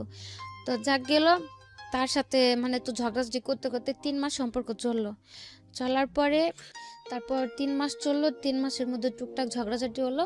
18 ওকে কি আপনি বিয়ে করছিলেন? না, বিয়ে হয়নি। তারপর ওই 3 মাস সম্পর্ক থাকার পরে এর মধ্যে মানে ওই যে এজেন্টের কাছে ছিলাম তাদের মধ্যে মানে তাদের কাছে আমি টোটালি একটা কালার খেয়ে গেলাম যে মানে তারা এখন আমার আর মানে আগের মতো একটা কেয়ার করে না বা সহ্য করতে পারে না ও ছেলের সাথে সম্পর্কটা গভীর হতে। আর ও বলতো তুমি দেশে চলে যাও। তো গেল 2017 থেকে 18 মে পর্যন্ত এই ঘটনা। 18 মে মাসের 14 তারিখে আমি পুলিশে ধরলাম। পুলিশে ধরলো মানে কি অন স্পট? হ্যাঁ, কাজের জায়গা থেকে রেড দেওয়াতে আমরা 15টা মেয়ে ধরা খেলাম। ওকে, তো মালয়েশিয়ান পুলিশের কাছে? হ্যাঁ, ওটা ছিল এমনি তো নর্মালি পুলিশ, মানে ওদিকে তো পুলিশের এক একটা মানে আছে, আইপিকেল টিপিকেল ইমিগ্রেশন, তো নর্মাল পুলিশে ধরছে দেখতে টাকা দিয়ে ছুটে আসা যায়। 9 তারিখে ধরলো, ধরার পরে যাওয়ার পথে আমি ওর ফোন দিয়ে বললাম যে এরকম ভাইয়ার কাছে আমার টাকা আছে, যদি আমার যত তাড়াতাড়ি সম্ভব আমার ছুটে নিয়ে আসতে বলবা, যেহেতু জানি যে নর্মাল পুলিশে ধরছে ওরা টাকা টুকা নিয়ে ছাইড়া দিব। তো বললো যাচ্ছে ঠিক আছে। তারপর 9 দিন পর আসলাম, তার আর কি উকিল ধরার পর পাসপোর্ট তো তাদের কাছে ছিল, ওইখান থেকে 9 দিন পর ছুটে নিয়ে আসলো, কোনো সমস্যা হলো না। তো ছুটে আনলো আমার 3,500 রিঙ্গিতে, সে জায়গাতে আমার বললো যে 13,000 রিঙ্গিত লাগছে, ওই টাকাটা আমার থেকে নিল। তো তারপর কোনো প্রবলেম হলো না। মানে হয় না একটা বাটপারি বিজনেস আর কি, 2 নম্বরই বিজনেস, এবং তার মধ্যে যত রকমের বাটপারি আছে আর কি। হ্যাঁ, তারপর ওই মে মাসের 14 তারিখে ছুটে আসলাম। আসার পর 3-4 দিন রেস্টে থাকার পর আবার কাজে গেলাম। যাওয়ার পরে জুনের 24 তারিখে আবার ধরা খেলাম। আবার পুলিশ নিয়ে গেল? এবার পুলিশ নেই, এবার ইমিগ্রেশন নিল। ইমিগ্রেশন নিয়েছে, ওকে। তারপর যেদিন ধরা খাইছি সেদিন আমার কাছে ফোনও ছিল না, মানে অসুস্থ ছিলাম, তো কাজে যাওয়ার নিয়ে আর কি, তাদের সাথে একটু কথা কাটাকাটি হলো। ওনারা আমার বললো যে রাত্রে যদি ফোনে কথা বলো, দিনে তুমি সুস্থ থাকবা কোথা থেকে আর কাজ করবা কোথা থেকে। মানে আপনি যে ছেলেটাকে লাভ করেন তার সাথে কথা কাটাকাটি হচ্ছে? না, ও বললো যে তুমি কাজে যাও না, যেহেতু তুমি অসুস্থ কাজে যাও না।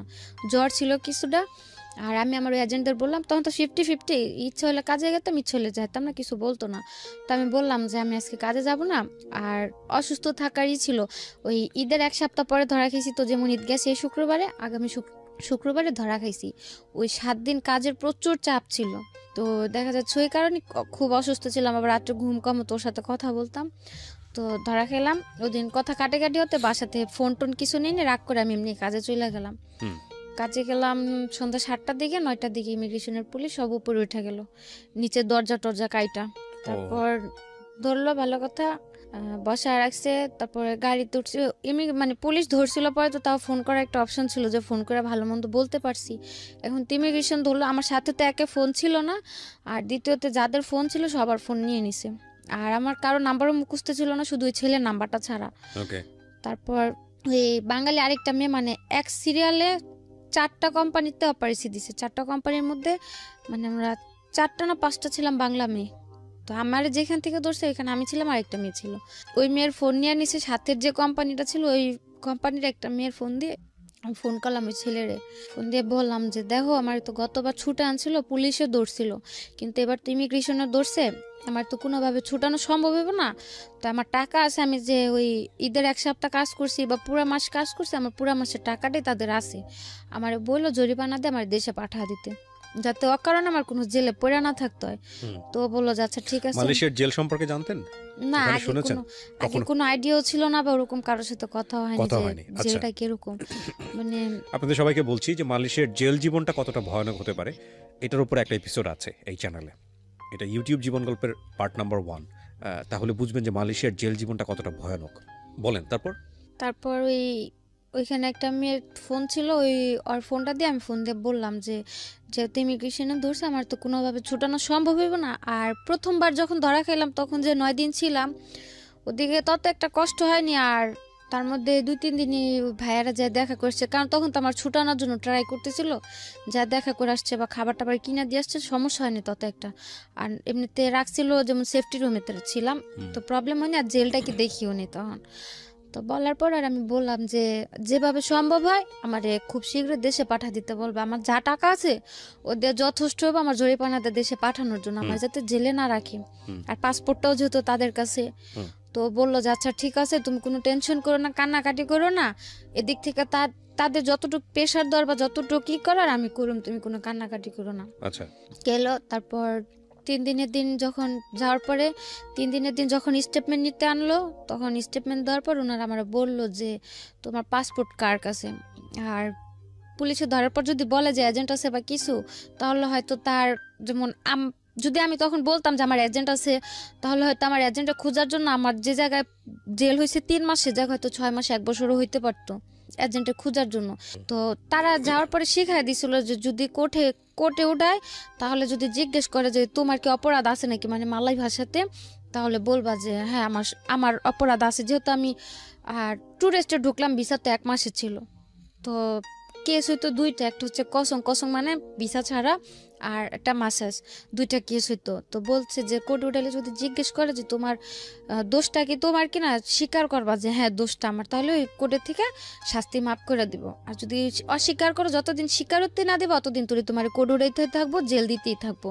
3 দিনের দিন যখন ডাকা এলো, তারপর স্টেটমেন্ট দেওয়ার জন্য আমার জিজ্ঞেস করলো আমার কি এজেন্ট আছে নাকি। আমি বললাম যে না।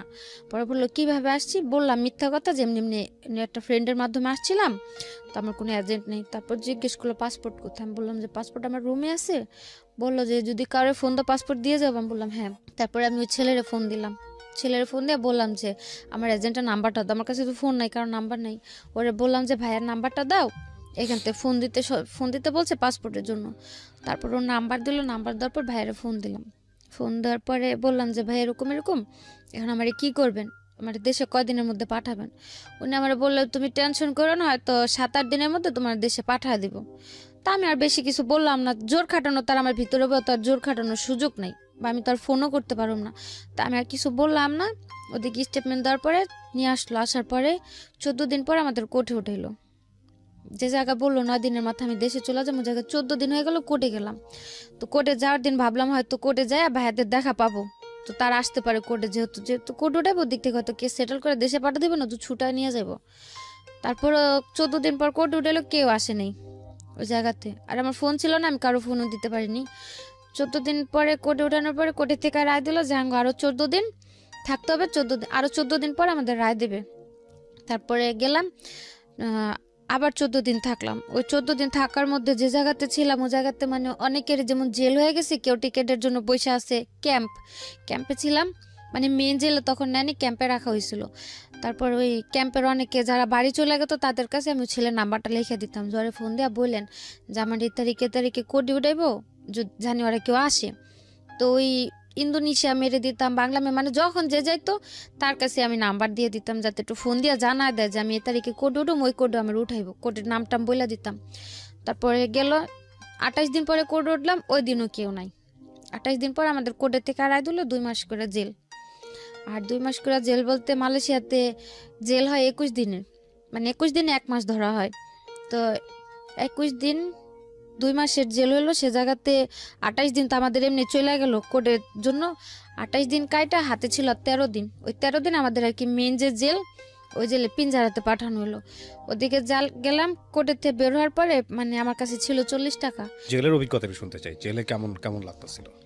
জেলে তো ছিলাম মাত্র 14 দিন, আর ওদিকে অনেক মেয়েরা ছিল তো কথাবার্তা বলতো, আর সারাদিন একা একা বসে থাক শুধু কান্না করতাম। আর মেয়েরা খালি বলতো যে এত কান্না করতে পারে মানুষ, চোখ দিয়ে এত পানি সব পড়ে। কি বাঙালি? না, কোনো বাঙালি মেয়ে ছিল না, আমি একা ছিলাম। মানে আমার যে রুমে রাখা হয়েছিল, আমি ছিলাম ভিয়েতনাম, ফিলিপিন, মানে এক এক দেশের 2-1টা করে মেয়ে ছিল। কারণ আরো বাংলা মেয়েরা ছিল, সবার থেকে বয়স আমার কম ছিল, এই কারণে আমার আলাদা মানে বয়স কম যে মেয়েদের ওদের সাথে রাখা হয়েছিল। আর যাদের বয়স বেশি ছিল তারা মানে সাথে যারা ধরা খাইছে সবাই একসাথে ছিল, আমার একা একা এক জায়গায় রাখা হয়েছিল। মানে আমাদের যে গ্রুপ ছিল ওর মধ্যে আমার একা এক জায়গায় রাখা হয়েছিল। ওদিকে যেমন অল্প বয়সে যারা, তাদের দিয়ে কোনো কাজ করাইতো না, বিকাল হলে খেলতে নিয়ে যেত, টিভি টুভি দেখাইতো, তারপরে ABCD এগুলো পড়াইতো, মানে ছোট বাচ্চাদের জন্য ওগুলো আলাদা। ওদিকে আর কি 12-13 বছর থেকে নিয়ে 21 বছর পর্যন্ত ওই জায়গায় রাখা হইতো। আর তখন তো বয়স ছিল 19, তো ওই জায়গাতে আমারও রাখা হয়েছিল। তো তেমন কষ্ট একটা হয়নি, কারণ বিকেল হলো বাইরে নিয়ে আসতো, হাঁটাহাঁটি। কষ্ট বলতে এতটুকুই ছিল, জেল তো জেলই, তো খাবার দাবার শোয়া এগুলোতে একটু প্রবলেম ছিল। তারপর কোর্টের থেকে যখন পিঞ্জারায় পাঠালো, আমি ছেলেরে ফোন করলাম যে তোমার আমি বারবার করে বললাম, ভাইয়ারে ফোন দিয়ে বললো আমার জন্য বাড়ি পাঠা দেয়, কিছু তো করলো না, বরং আজকে কোর্টের থেকে আমার 2 মাসের রায় দিয়ে দিল, 2 মাস জেলের। তো তুমি কি করলা? তো আমার কথাটা শুনে কান্না করে দিছে যে তোমার টাকা ছিল, তুমি বললা, তারপরেও তোমার এজেন্ট আমার থেকেও আরো 2000 রিঙ্গিত নিল, বললো যে টাকা আরো 2000 টাকা দিলে তোমার জরিমানাতে দেশে পাঠা দিব। তারপরেও টাকা দিল, মানে আমার কথাটা শুই না যেমন এক প্রকার ও পুরো হ্যাং হয়ে গেছে, যে এদিকে টাকাও দিল, ওদের সাথে তো কন্টিনিউ যোগাযোগ করতেছি, কিন্তু ওরা তো বলতেছে যে সব ওকে হয়ে গেছে, আমি দেশে চলে যাম 2-1 দিনের মধ্যে। ওই মুহূর্তে শুনতে পেলো যে আমার এখন পিঞ্জারাতে পাঠাইতেছে। তারপরে বললো যে দেখো আমার তো টাকা টুকাও নিল, আর পাসপোর্টও যেহেতু ওদের কাছে, আমার তো আর কিছু করার নাই, তখন আর কি করবো, কোর্টে তো রায় দিয়ে দিছে, এদিকে তো আর কিছু করার নাই, তো আর কতদিন থাকতে হইব? তারপর আমি বললাম যে আর 14 দিন বা 15 দিন আমার পিঞ্জারা থাকতে হইব। পরে বললো যে ওই দিক থেকে আসার পর টিকিট দিয়ে দিলে বাড়ি পাঠা দিব না? আমি বললাম যে হ্যাঁ, যেদিন আমার ওই পিঞ্জারা থেকে ক্যাম্পে পাঠাইবো 14 দিন পরে, আমার টিকিট আজকে টিকিট দিয়ে গেলে আমি কালকে বাড়ি চলে যেতে পারবো, আমার কোনো সমস্যা হইব না। পরে বললো যে আচ্ছা ঠিক আছে তুমি যাও, আমি তাদের সাথে কথা বলে রাখি যাতে তোমার টিকিটটা 14 দিনের মধ্যে পরে দেওয়ার জন্য তার প্রস্তুত নিয়ে থাকে। আমি বললাম যে আচ্ছা ঠিক আছে। তারপর 14 দিন ওই জায়গাতে গেল। 14 দিন পরে 1 তারিখে না যেন, আগস্টের 1 তারিখে মেবি, 1 তারিখে না যেন 5 তারিখে আমাদের ক্যাম্পে আনলো।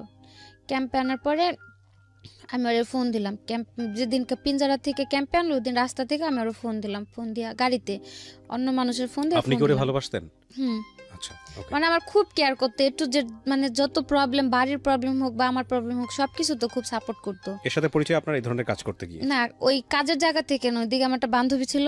যাই হোক, আমি জানতে চাচ্ছি না। ওকে, তারপর ওরে ফোন দিলাম, ফোন দিয়ে বললাম যে দেখ আমার আজকে ক্যাম্পে পাঠাইতেছে, যত তাড়াতাড়ি সম্ভব ওতে পাসপোর্টটা নিয়ে আমার টিকিট দিয়ে দিও, আমি বাড়ি চলে যাম। ও কি করতো মালির সাথে? ও জব করতো ইঞ্জিনিয়ারিং এ, ইঞ্জিনিয়ারিং এ জব করতো। কম্পিউটারে। ওকে। বলার পরে আমি বললাম যে আমার আজকে ক্যাম্পে পাঠাইতেছে, যেভাবে সম্ভব আমরা বাড়ি পাঠা দেওয়ার করো, আর ওরা টাকা টুকা চাইলে তুমি আর টাকা দিও না, এখন আর আমার কোনো খরচ নেই, শুধু টিকিটটা কিনে দিব। আর নর্মালি একটা এজেন্টের দায়িত্ব থাকে যে একটা মেয়ে যদি ধরা পড়ে তার টাকা না থাকলে টিকিট কাইটা দেশে পাঠানোর। তারপরে ও বললো যে আচ্ছা ঠিক আছে, কোন ক্যাম্পে নিছে কইতে পারো? তো আমি বললাম যে আমি জানি না কোন ক্যাম্পে আনছে এখনো, তো যদি আমি পারি কোনো রকম ভাবে কারো কাছে নাম্বার দিই, আমি তোমার কাছে ঠিকানা বা আমার বডি নাম্বারটা আমি পাঠাই দিমুনি। ও বললো যে আচ্ছা ঠিক আছে। তারপরে যখন ক্যাম্পে নিয়ে গেল, ক্যাম্পের নামটা আমি জানতে পারলাম, মানে ওই জায়গাতে একজন একজন করে নেয়, যেমন সাথে টাকা টুকা জিনিসপত্র থাকলে সব জমা দিয়ে একটা রিসিপ্ট দেয়, একটা বডি নাম্বার দিয়ে দেয় যে কোন ব্লকে থাকবে কত বডি নাম্বার, ওইগুলো দিতে মানে অনেক লোক ছিলাম তো, সিরিয়াল ছিল অনেক, তো প্রায় লাস্টের দিকে ছিলাম আমি, ওই সিরিয়ালগুলো দিতে দিই। তারপর আমাদের সাথে কিছু লোক ছিল নতুন ধরে আনছে, ওদের কাছে ফোন ছিল, ওইখান থেকে একটা ফোন নিয়ে আমি ফোন দিলাম আমার বাড়িতে মেজোয়াপুর গেছে, যে যেহেতু ও দিক দিয়ে প্রেশার দিতেছে, ওরাও যদি জানে, ওরা হয়তো এজেন্টের ফোনটা বলবো আমার টিকিটটা দিতে। তো ওই লোকটা নাম্বার দিয়ে ফোন দিলাম মেজাপুরে, মেজাপুর ছেলে ফোনটা ধরে বললো যে আম্মু বাইরে গেছে, তো আমি বললাম ডাক দিয়ে দাও। ও ডাক দিতে দিতে ওই লোকের ফোনটা গেল বন্ধ হয়ে, তো বন্ধ হয়ে গেল। আমার যে স্লিপ দিল, একটা রিসিপ্ট দিল, ওই রিসিপ্টের ভিতরে মানে একটা সাইন উঠলো আমার ফোন কল অলরেডি হয়ে গেছে। তো আমি আর কিছু করলাম না, আমি ওদিকে বসে বসে কান্না করতেছি, মানে 3 দিন পরে একটা মাস্টার কল করার সিস্টেম দেয় মানে ওদিক থেকে ফ্রিতে, তা আমার তো আর ওই কলটা করতে দিব না, যেহেতু আমার এই জায়গাতে সাইন উঠে গেল। তো কান্না করতেছি, ওদিকে একটা রোহিঙ্গা ছেলে ছিল, মানে ওই জায়গার ভিতরে যে হয় না অনেকের যে পরিচয়পত্র নাই বা পাসপোর্ট টাসপোর্ট না থাকলে 3-4 বছর ওই জায়গায় অনেকে পড়ে থাকলে ওদের আর কি বাইরে কাজ টাজ করতে দেয়, ওই যে আসামিদের সাথে দেখা করতে আসলে নিয়ে যায়, বা যে নতুন লোক ধরে আনলে ব্যাগ ট্যাগ সরা রাখি, ওরকম লোক ছিল একটা রোহিঙ্গা। তো বলতেছে যে আপনার কী হয়েছে, কান্না করেন কি আপনি? তারপর আমি বললাম যে এরকম এরকম আমার তো জায়গাতে কেউ নাই, আমি বাড়িতে ফোন দিলাম, ফোনটা বন্ধ হয়ে গেল, আর আমার স্লিপেও সাইন উঠে গেলো, আমি তো আর ফোন দিতে পারব না, আমি যদি কাউরে না জানি আমি এ জায়গাতে আসি, কীভাবে আমার কেউ টিকিট দিব? তো ও কইলো যে মালয়েশিয়ার কারো নাম্বার আছে আপনার কাছে? আমি কই হ্যাঁ আছে। তো কইলো যে আপনি একটা কাগজে আপনার যে স্লিপে বডি নাম্বার দিছে, বডি নাম্বার, ব্লক নাম্বার আর নাম্বারটা লিখে দেন, আমি ফোন দিয়ে জানা দিম। তারপর ওই ছেলের কাছে আমি ওই ছেলের নাম্বার লিখে দিলাম, আমার বডি নাম্বার কত ব্লক লিখে দিলাম। তারপর ওই ছেলে ফোন দিল ওর কাছে, ওরে ফোন দিয়ে বলছে যে আমি এরকম এরকম এই জায়গাতে আছি, এত এত আমার বডি নাম্বার। তারপর ও আবার আমার এজেন্টের কাছে গেছে, ওই বাইরের ওই ছেলেটা, যাওয়ার পরে বলছে যে আমার এই জায়গাতে নিয়ে আসছে, আমার টিকিট দিব কবে? ওরা বলতেছে পাসপোর্ট দিয়া দিছে, মানে কোম্পানির লোকের কাছে পাসপোর্ট দিছে, টাকা দিয়ে দিছে, ওরা টিকিট দিয়ে যাবে। এসে করতে করতে প্রায় 15 থেকে 20 দিন যায়। ওই 15-20 দিনের মধ্যে এই ছেলে আবার ওরা একটা ফ্রেন্ডে পাঠায় আমার সাথে জেলে দেখা করতে। তারপর ওরকম করতে করতে আমার এজেন্ট আবার ওর কাছ থেকে টাকা নিল, আবার ওকে টিকিট দিবে বলে আরো 2বার টাকা নিল। যখন আমার জেল টেল শেষ হলো তখন ও আবার 2বার টাকা দিল। আচ্ছা, দেবার পরে যখন 3য় সপ্তাহ আমার সাথে দেখা করতে গেছে, তারপরে ওর বন্ধুটা বলতেছে যে আপা দেখেন আপনার পাসপোর্টটা আপনার এজেন্টে দিতে আছে না, আর ও 2-3বার করে টাকা দিছে, ওরে পাসপোর্টও দেন, আপনার টিকিটও দিতে হয় না।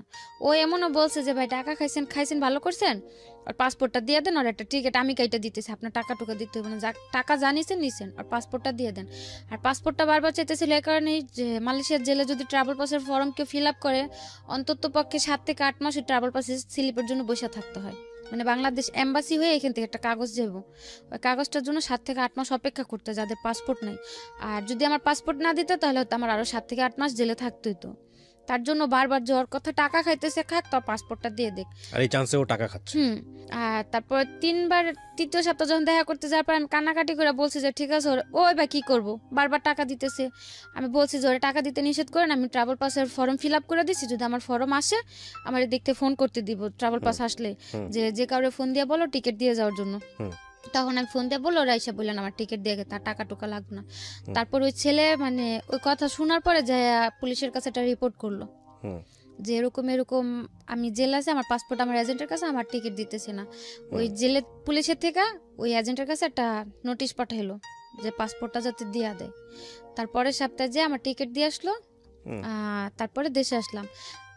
এদিকে এজেন্টের জন্য আমার জেল খাটতে হলো 3 মাস, অথচ কোর্টের থেকে আমার রায় দিল আমার জেল হইলো 41 দিন। 41 দিনের জায়গায় আমার জেল খাটতে হলো 90 দিন।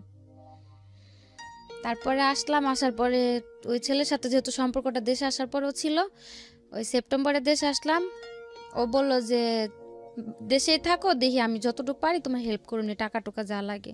তারপরে আমি ভাবলাম যে যেহেতু আছে আমার এতটা সাপোর্ট করছে, যদি আমি ওর কাছে যাই হয়তো গেলেও আমার একটা ভালো কাজে টাজে লাগা দিলে আমি করতে পারুম।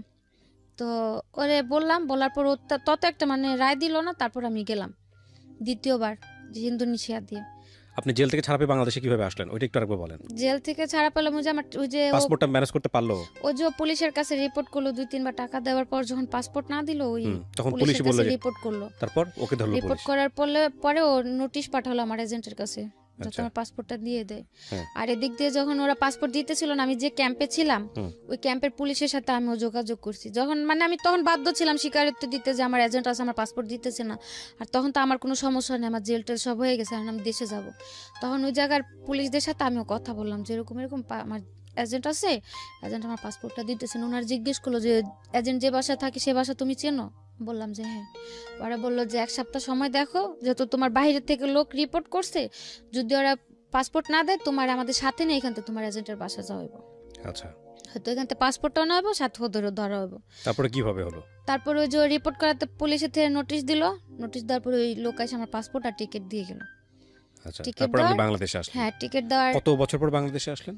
হ্যাঁ, 1.5 বছর। 1.5 বছর পর। এই 1.5 বছর জীবনে কি বলবেন, স্বর্গ না নরক? জাহান্নাম? নরকের চাইতেও যদি খারাপ কিছু থাকে, নরকটা তো মরার পর কেমন হবে দেখতে জানি না, কিন্তু বাইচা থাকতে হয়তো ওটা একটা নরক ছিল। তো আসলেন, আসার পরে দেশে ছিলাম সেপ্টেম্বর আসছি, সেপ্টেম্বরের 17 তারিখ আসছি। আসার পরে নভেম্বরের লাস্টের দিক দিয়ে আমি আবার চলে গেছি। কোথায়? মালয়েশিয়ায়। কেন গেলেন? মালয়েশিয়া গেলাম ওই অতদিনে মানে ওই ছেলেটা আমার জন্য যতটুকু দৌড়াদৌড়ি করলো হয়তো ওই জায়গাতে আমার আপন কোনো একটা ভাই বোন থাকলে অতটুকু করতো না। তো ওর প্রতি অতদিন একটা আলাদা টান হলো, যেহেতু বাইরে ও আমার জন্য এতটুকু করতে পারছে, বা যদি ও তো সবসময় বলতো যে আমার বিয়ে করব বা আমার পাশে সবসময় থাকবো, তো আমি ভাবলাম যে যাই আমি ওর কাছে যে এখন তার আমি খারাপ কিছু করুম না, যাই হোক তোর কাছে থেকে একটা ভালো জব টপ করি কিছু, যখন ও দেশে আসে ওর সাথে আমি চলে আসবো, আসলে হয়তো তখন যদি বিয়ে শাদী করে করলো না তোর দ্বারা আমি ভালো কিছু একটা করাতে পারলে আসলাম। কিন্তু ওই তার ভরসায় গেলাম, দ্বিতীয়বার যেও সেম অবস্থায়। একই কাজ না হয়তো সে কাজগুলো করতে হয় নাই, কিন্তু ওর সাথেই ছিলাম ওই 1-1.5 মাস লাগায়া জঙ্গল টঙ্গলে থাইকে এত কষ্ট করে যে গেলাম ওর জন্য। আমি জঙ্গলে থাকতে হয়েছে যাওয়ার সময়? হুম কিসে গেছেন? এখান থেকে 3টা দেশ ঘুরাই নিয়ে গেছে, তো মানে যে যে জায়গায় ঘুরছি ওগুলাতে কোনো প্রবলেম হয়নি। হোটেলে 1-1.5 মাস লেগেছে যেতে? 1 মাস, পুরো 1 মাস লাগছে। কিসে গেছেন আপনি? প্লেনে না?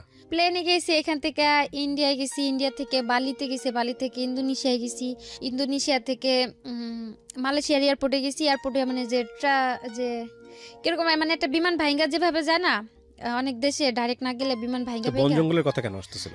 এই জঙ্গলে ছিলাম 15 দিন, মানে জঙ্গলের ভিতরে টোটালি জঙ্গল, ওর ভিতরে খাওয়া দাওয়া শোয়া সবকিছু। ওখানে ওই বাঙালিরা ওইভাবেই যায়? অবৈধভাবে গেলে ওইভাবে যেতে হয়, মানে ইন্দোনেশিয়া দিয়ে যারা যায় তাদের ওই জঙ্গলে 1 মাস থাইকে যেতে হয়। এমনিতে যদি থাইল্যান্ড দিয়া বা সিঙ্গাপুর দিয়া যায় তাহলে তো 1 সপ্তাহের মধ্যে পৌঁছায় যায়। আচ্ছা, তো গেলেন, তারপর? গেলাম, যাওয়ার পর ওই ছেলের কাছে গেলাম, যাওয়ার পরে 6-7 মাস কাজ করতে দেন। ও এমনিতে আমার টাকা টুকা ওর সাথেই ছিলাম, মানে বাড়িতে টাকা টুকা সবকিছু ও দিল, বা যাওয়ার খরচ টরচ যা লাগলো ওই দিল। তারপরে মানে এক পর্যায়ে দেখি ও কিরকম একটা আস্তে আস্তে পোল্ট্রি নিতেছে, কাজ করতে দেয়নি, আমার কোনো কাজই করতে দেয়নি। বলছে যে আশ্চর্য, তো থাকো, সমস্যা নেই, তোমার মতো একটা মেয়ে চালানোর ক্ষমতা আল্লাহ আমারে দিছে, আমি তোমার রাখি, তোমার কাজ করার দরকার নেই, যেহেতু আসছো আমার কাছে থাকো। তো কিছুদিন পরে দেখি ওই হাজবেন্ডের যেমন একটা পোল্ট্রি নিল বিয়ের পরে, তার কাছে যাওয়ার পর তারও একটা পোল্ট্রি, মানে সে কন্টিনিউ যে ক্লাবে যায়, মটট খায়, রাতের পর রাত বাইরে থাকে, আমি ওগুলো বললে মানে মারাত্মক পরিমাণে মারধর চলে। তারপরে গেল এরকম করতে করতে এক পর্যায়ে আমি বললাম যে ভাই তুমি যদি আমার না রাখো, আমার বইলা দাও, যেহেতু আমি আসছি, আমার এখন একটা সুযোগ আছে, তুমি আমার যদি না রাখো আমার বইলা দাও, আমি বাইরে যাই কোনো কাজ কাম করে আমি দেশে চলে যেতে পারো।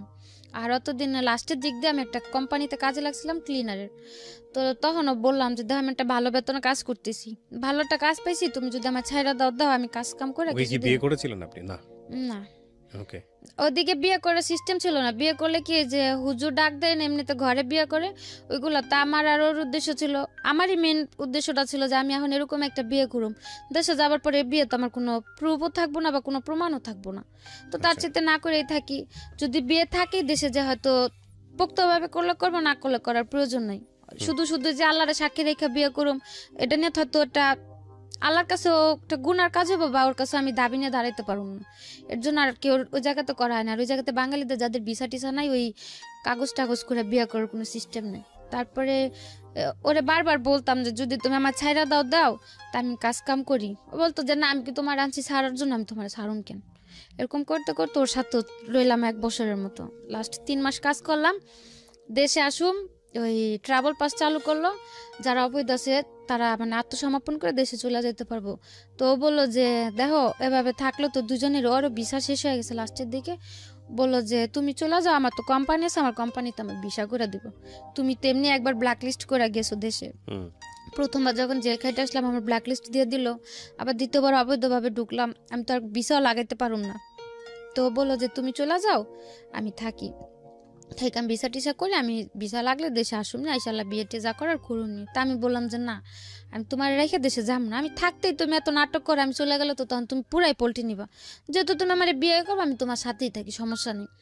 তো এগুলা করতে করতে ও আমার জন্য টিকিট টুকেট কাটার জন্য পুরো প্রস্তুতি নিল। তার মধ্যে আমার বারাপুর একটা ছেলে অ্যাক্সিডেন্ট হলো, মানে ওর ডান হাতের এই জায়গা দিয়ে একটা চাকু ঢুকিয়ে দিক দিয়ে বের হয়ে গেল।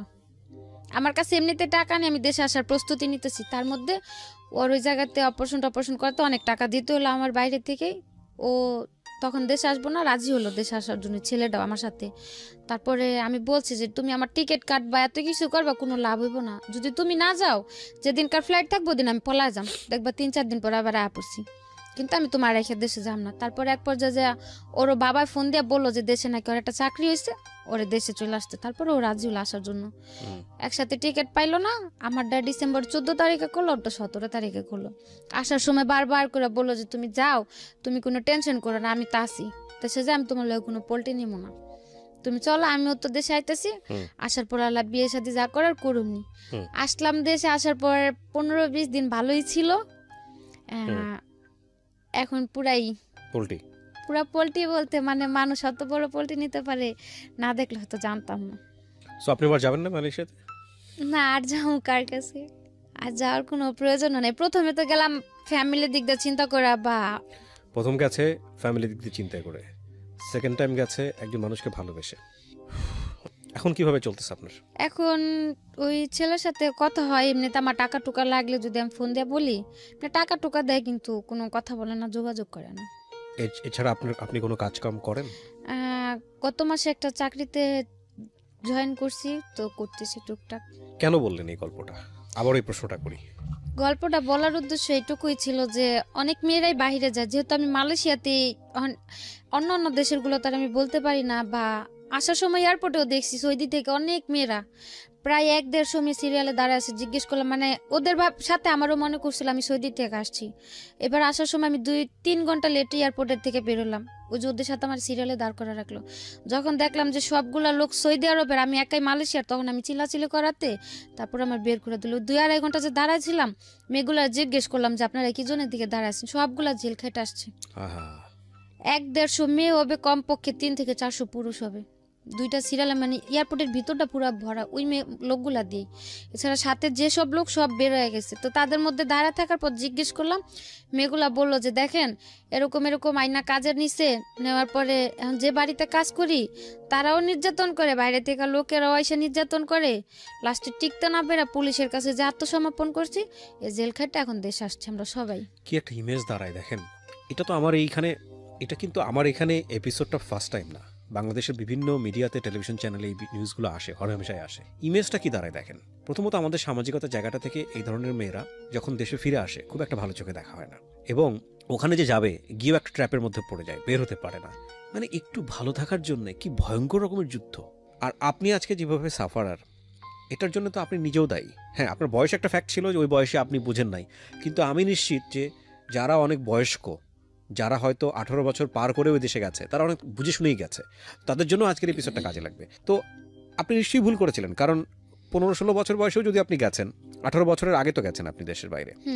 লেবার লতে তো 18 বছরের আগে তো দেশের বাইরে যাওয়ার আমার জানা মতে নিয়মই নাই বাংলাদেশ সরকার থেকে। তো এটা তো আপনি এক ধরনের অপরাধী করেছেন। এবং যাওয়ার পরে আপনি যেটা বলছিলেন যে আপনি এক পর্যায়ে মেনে নিলেন যে না, এই জবটাই আপনি করবেন পয়সা ইনকাম করার জন্য। পয়সা ইনকাম করতে পেরেছেন?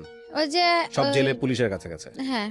সো আসলে লাইফে কোনো শর্টকামিং কোনো পথ নাই যে আপনি শর্টকাট একটা মেরে দেবেন, দিয়ে আপনি লাইফে অনেক বড়লোক হয়ে যাবেন, অনেক কিছু হয়ে যাবেন। That is really difficult. এটা হয় না। যতদিন কন্টাক্টে ছিল, যদি ততদিনের মধ্যেও পুলিশে ধরতো, তাও মনের একটা সান্ত্বনা দিতে পারতাম যে দেশে চলে গেলাম। যখন কন্ট্রাক্টটা শেষ হইলো, 1 মাস কাজ করলাম, টাকাগুলো নিয়ে বাড়িতেও পাঠাইনি। মানে টাকাগুলো বাড়িতে পাঠাবো, যেমন কালকে পাঠাবো, আজকে কাজে গেছি, যে কাজের থেকে আইসা বাড়ি থেকে নাম্বার নিয়ে টাকাগুলো পাঠাবো, ওই দিন রাত্রে পুলিশে ধরলো। এখন ভবিষ্যৎ পরিকল্পনা কি? আপনি রাইট নাও কত বয়স, কত আপনার? আবারও জিজ্ঞেস। 21 বছর। জীবনের অনেক লম্বা একটা পথ পড়ে আছে। এখন কি চিন্তা করেন ভবিষ্যৎ নিয়ে? এখন চিন্তা করার আর কিছু নাই। এখন মনে করি যে যেহেতু দেশে আসছি, একটা জব পাইছি, করতে থাকি, উপরে আল্লাহ যা রাখছে কপালে তাই হবে। কিন্তু কোনো বাহিরে যাওয়ার বা কোনো সম্পর্কতে জড়ানোর এ ধরনের কোনো চিন্তা ভাবনা। আপনাকে যে মানুষটা আপনার জীবনে পরবর্তীতে আসবে, যদিও খুব ব্যক্তিগত প্রশ্ন হয়ে যায় এটা, আপনি কি চিন্তা ভাবনা করছেন? তাকে আপনি আপনার জীবনের অতীতটা বলতে পারবেন? আমার উদ্দেশ্যটা শুরু থেকে একটাই ছিল যে এমনিতেও তো ছোট থেকে কারো কাছে ভালো কিছু পাইনি, বা ফিউচারে কি বর্তমানে কি কারো সাথে যদি কোনোদিনও জড়ায় যায়, বলা তো আর যায় না। যে আমার অতীতটা যায় না আমার অ্যাকসেপ্ট করবে, আমি তার সাথেই থাকবো। কারণ এসব কথা তো কখনো লুকানো থাকে না। যদি দেখা গেতেছে একটা সম্পর্কতে জড়ায় গেলাম, বা কিছুদিন থাকার পর যখন আমার এই অতীতগুলো সে জানতে পারবো, তখন কিন্তু খুব ভয়ঙ্কর একটা পরিস্থিতিতে পড়তে হবে। তার চাইতে আমার অতীতটা যায় না যে আমার অ্যাকসেপ্ট করবো, আমি তার কাছেই যাব। আমাদের সামাজিকতা কি তৈরি হয়েছে যে একটা মেয়ে যার কোনো অপরাধ নাই, ভুল নাই, কিন্তু এরকম একটা ঘটনায় জড়িয়ে গেছে বা জড়াতে বাধ্য করা হয়েছে, সেই মেয়েটাকে আমরা পাবলিকলি ফোকাস করতে পারি? অপরাধ তো ওর নাই, পারি না। কারণ আমাদের সমাজটাই তো এখানে বিকলাঙ্গ চিন্তার অধিকারী। অপরাধ ওর না, তারপর ওকে আমাদের হাইড করতে হচ্ছে। সো অনেক সময় লাগবে পরিবর্তন আসতে, কিন্তু ওর যে চিন্তাটা ব্যক্তিগত পর্যায়ে, সেই চিন্তাটাকে আমি স্যালুট করি। জীবনের সমস্ত কিছু জেনেই যেন ওর কাছে মানুষ আসে। আরেকটা বিষয় আমি বিশ্বাস করি, সেটা হচ্ছে আমৃত্যু পর্যন্ত নিজের ভুলগুলো বুঝে নিজের জীবনটাকে সংশোধন করার সুযোগ আছে, সেটা আল্লাহ আমাদেরকে দিয়েছে।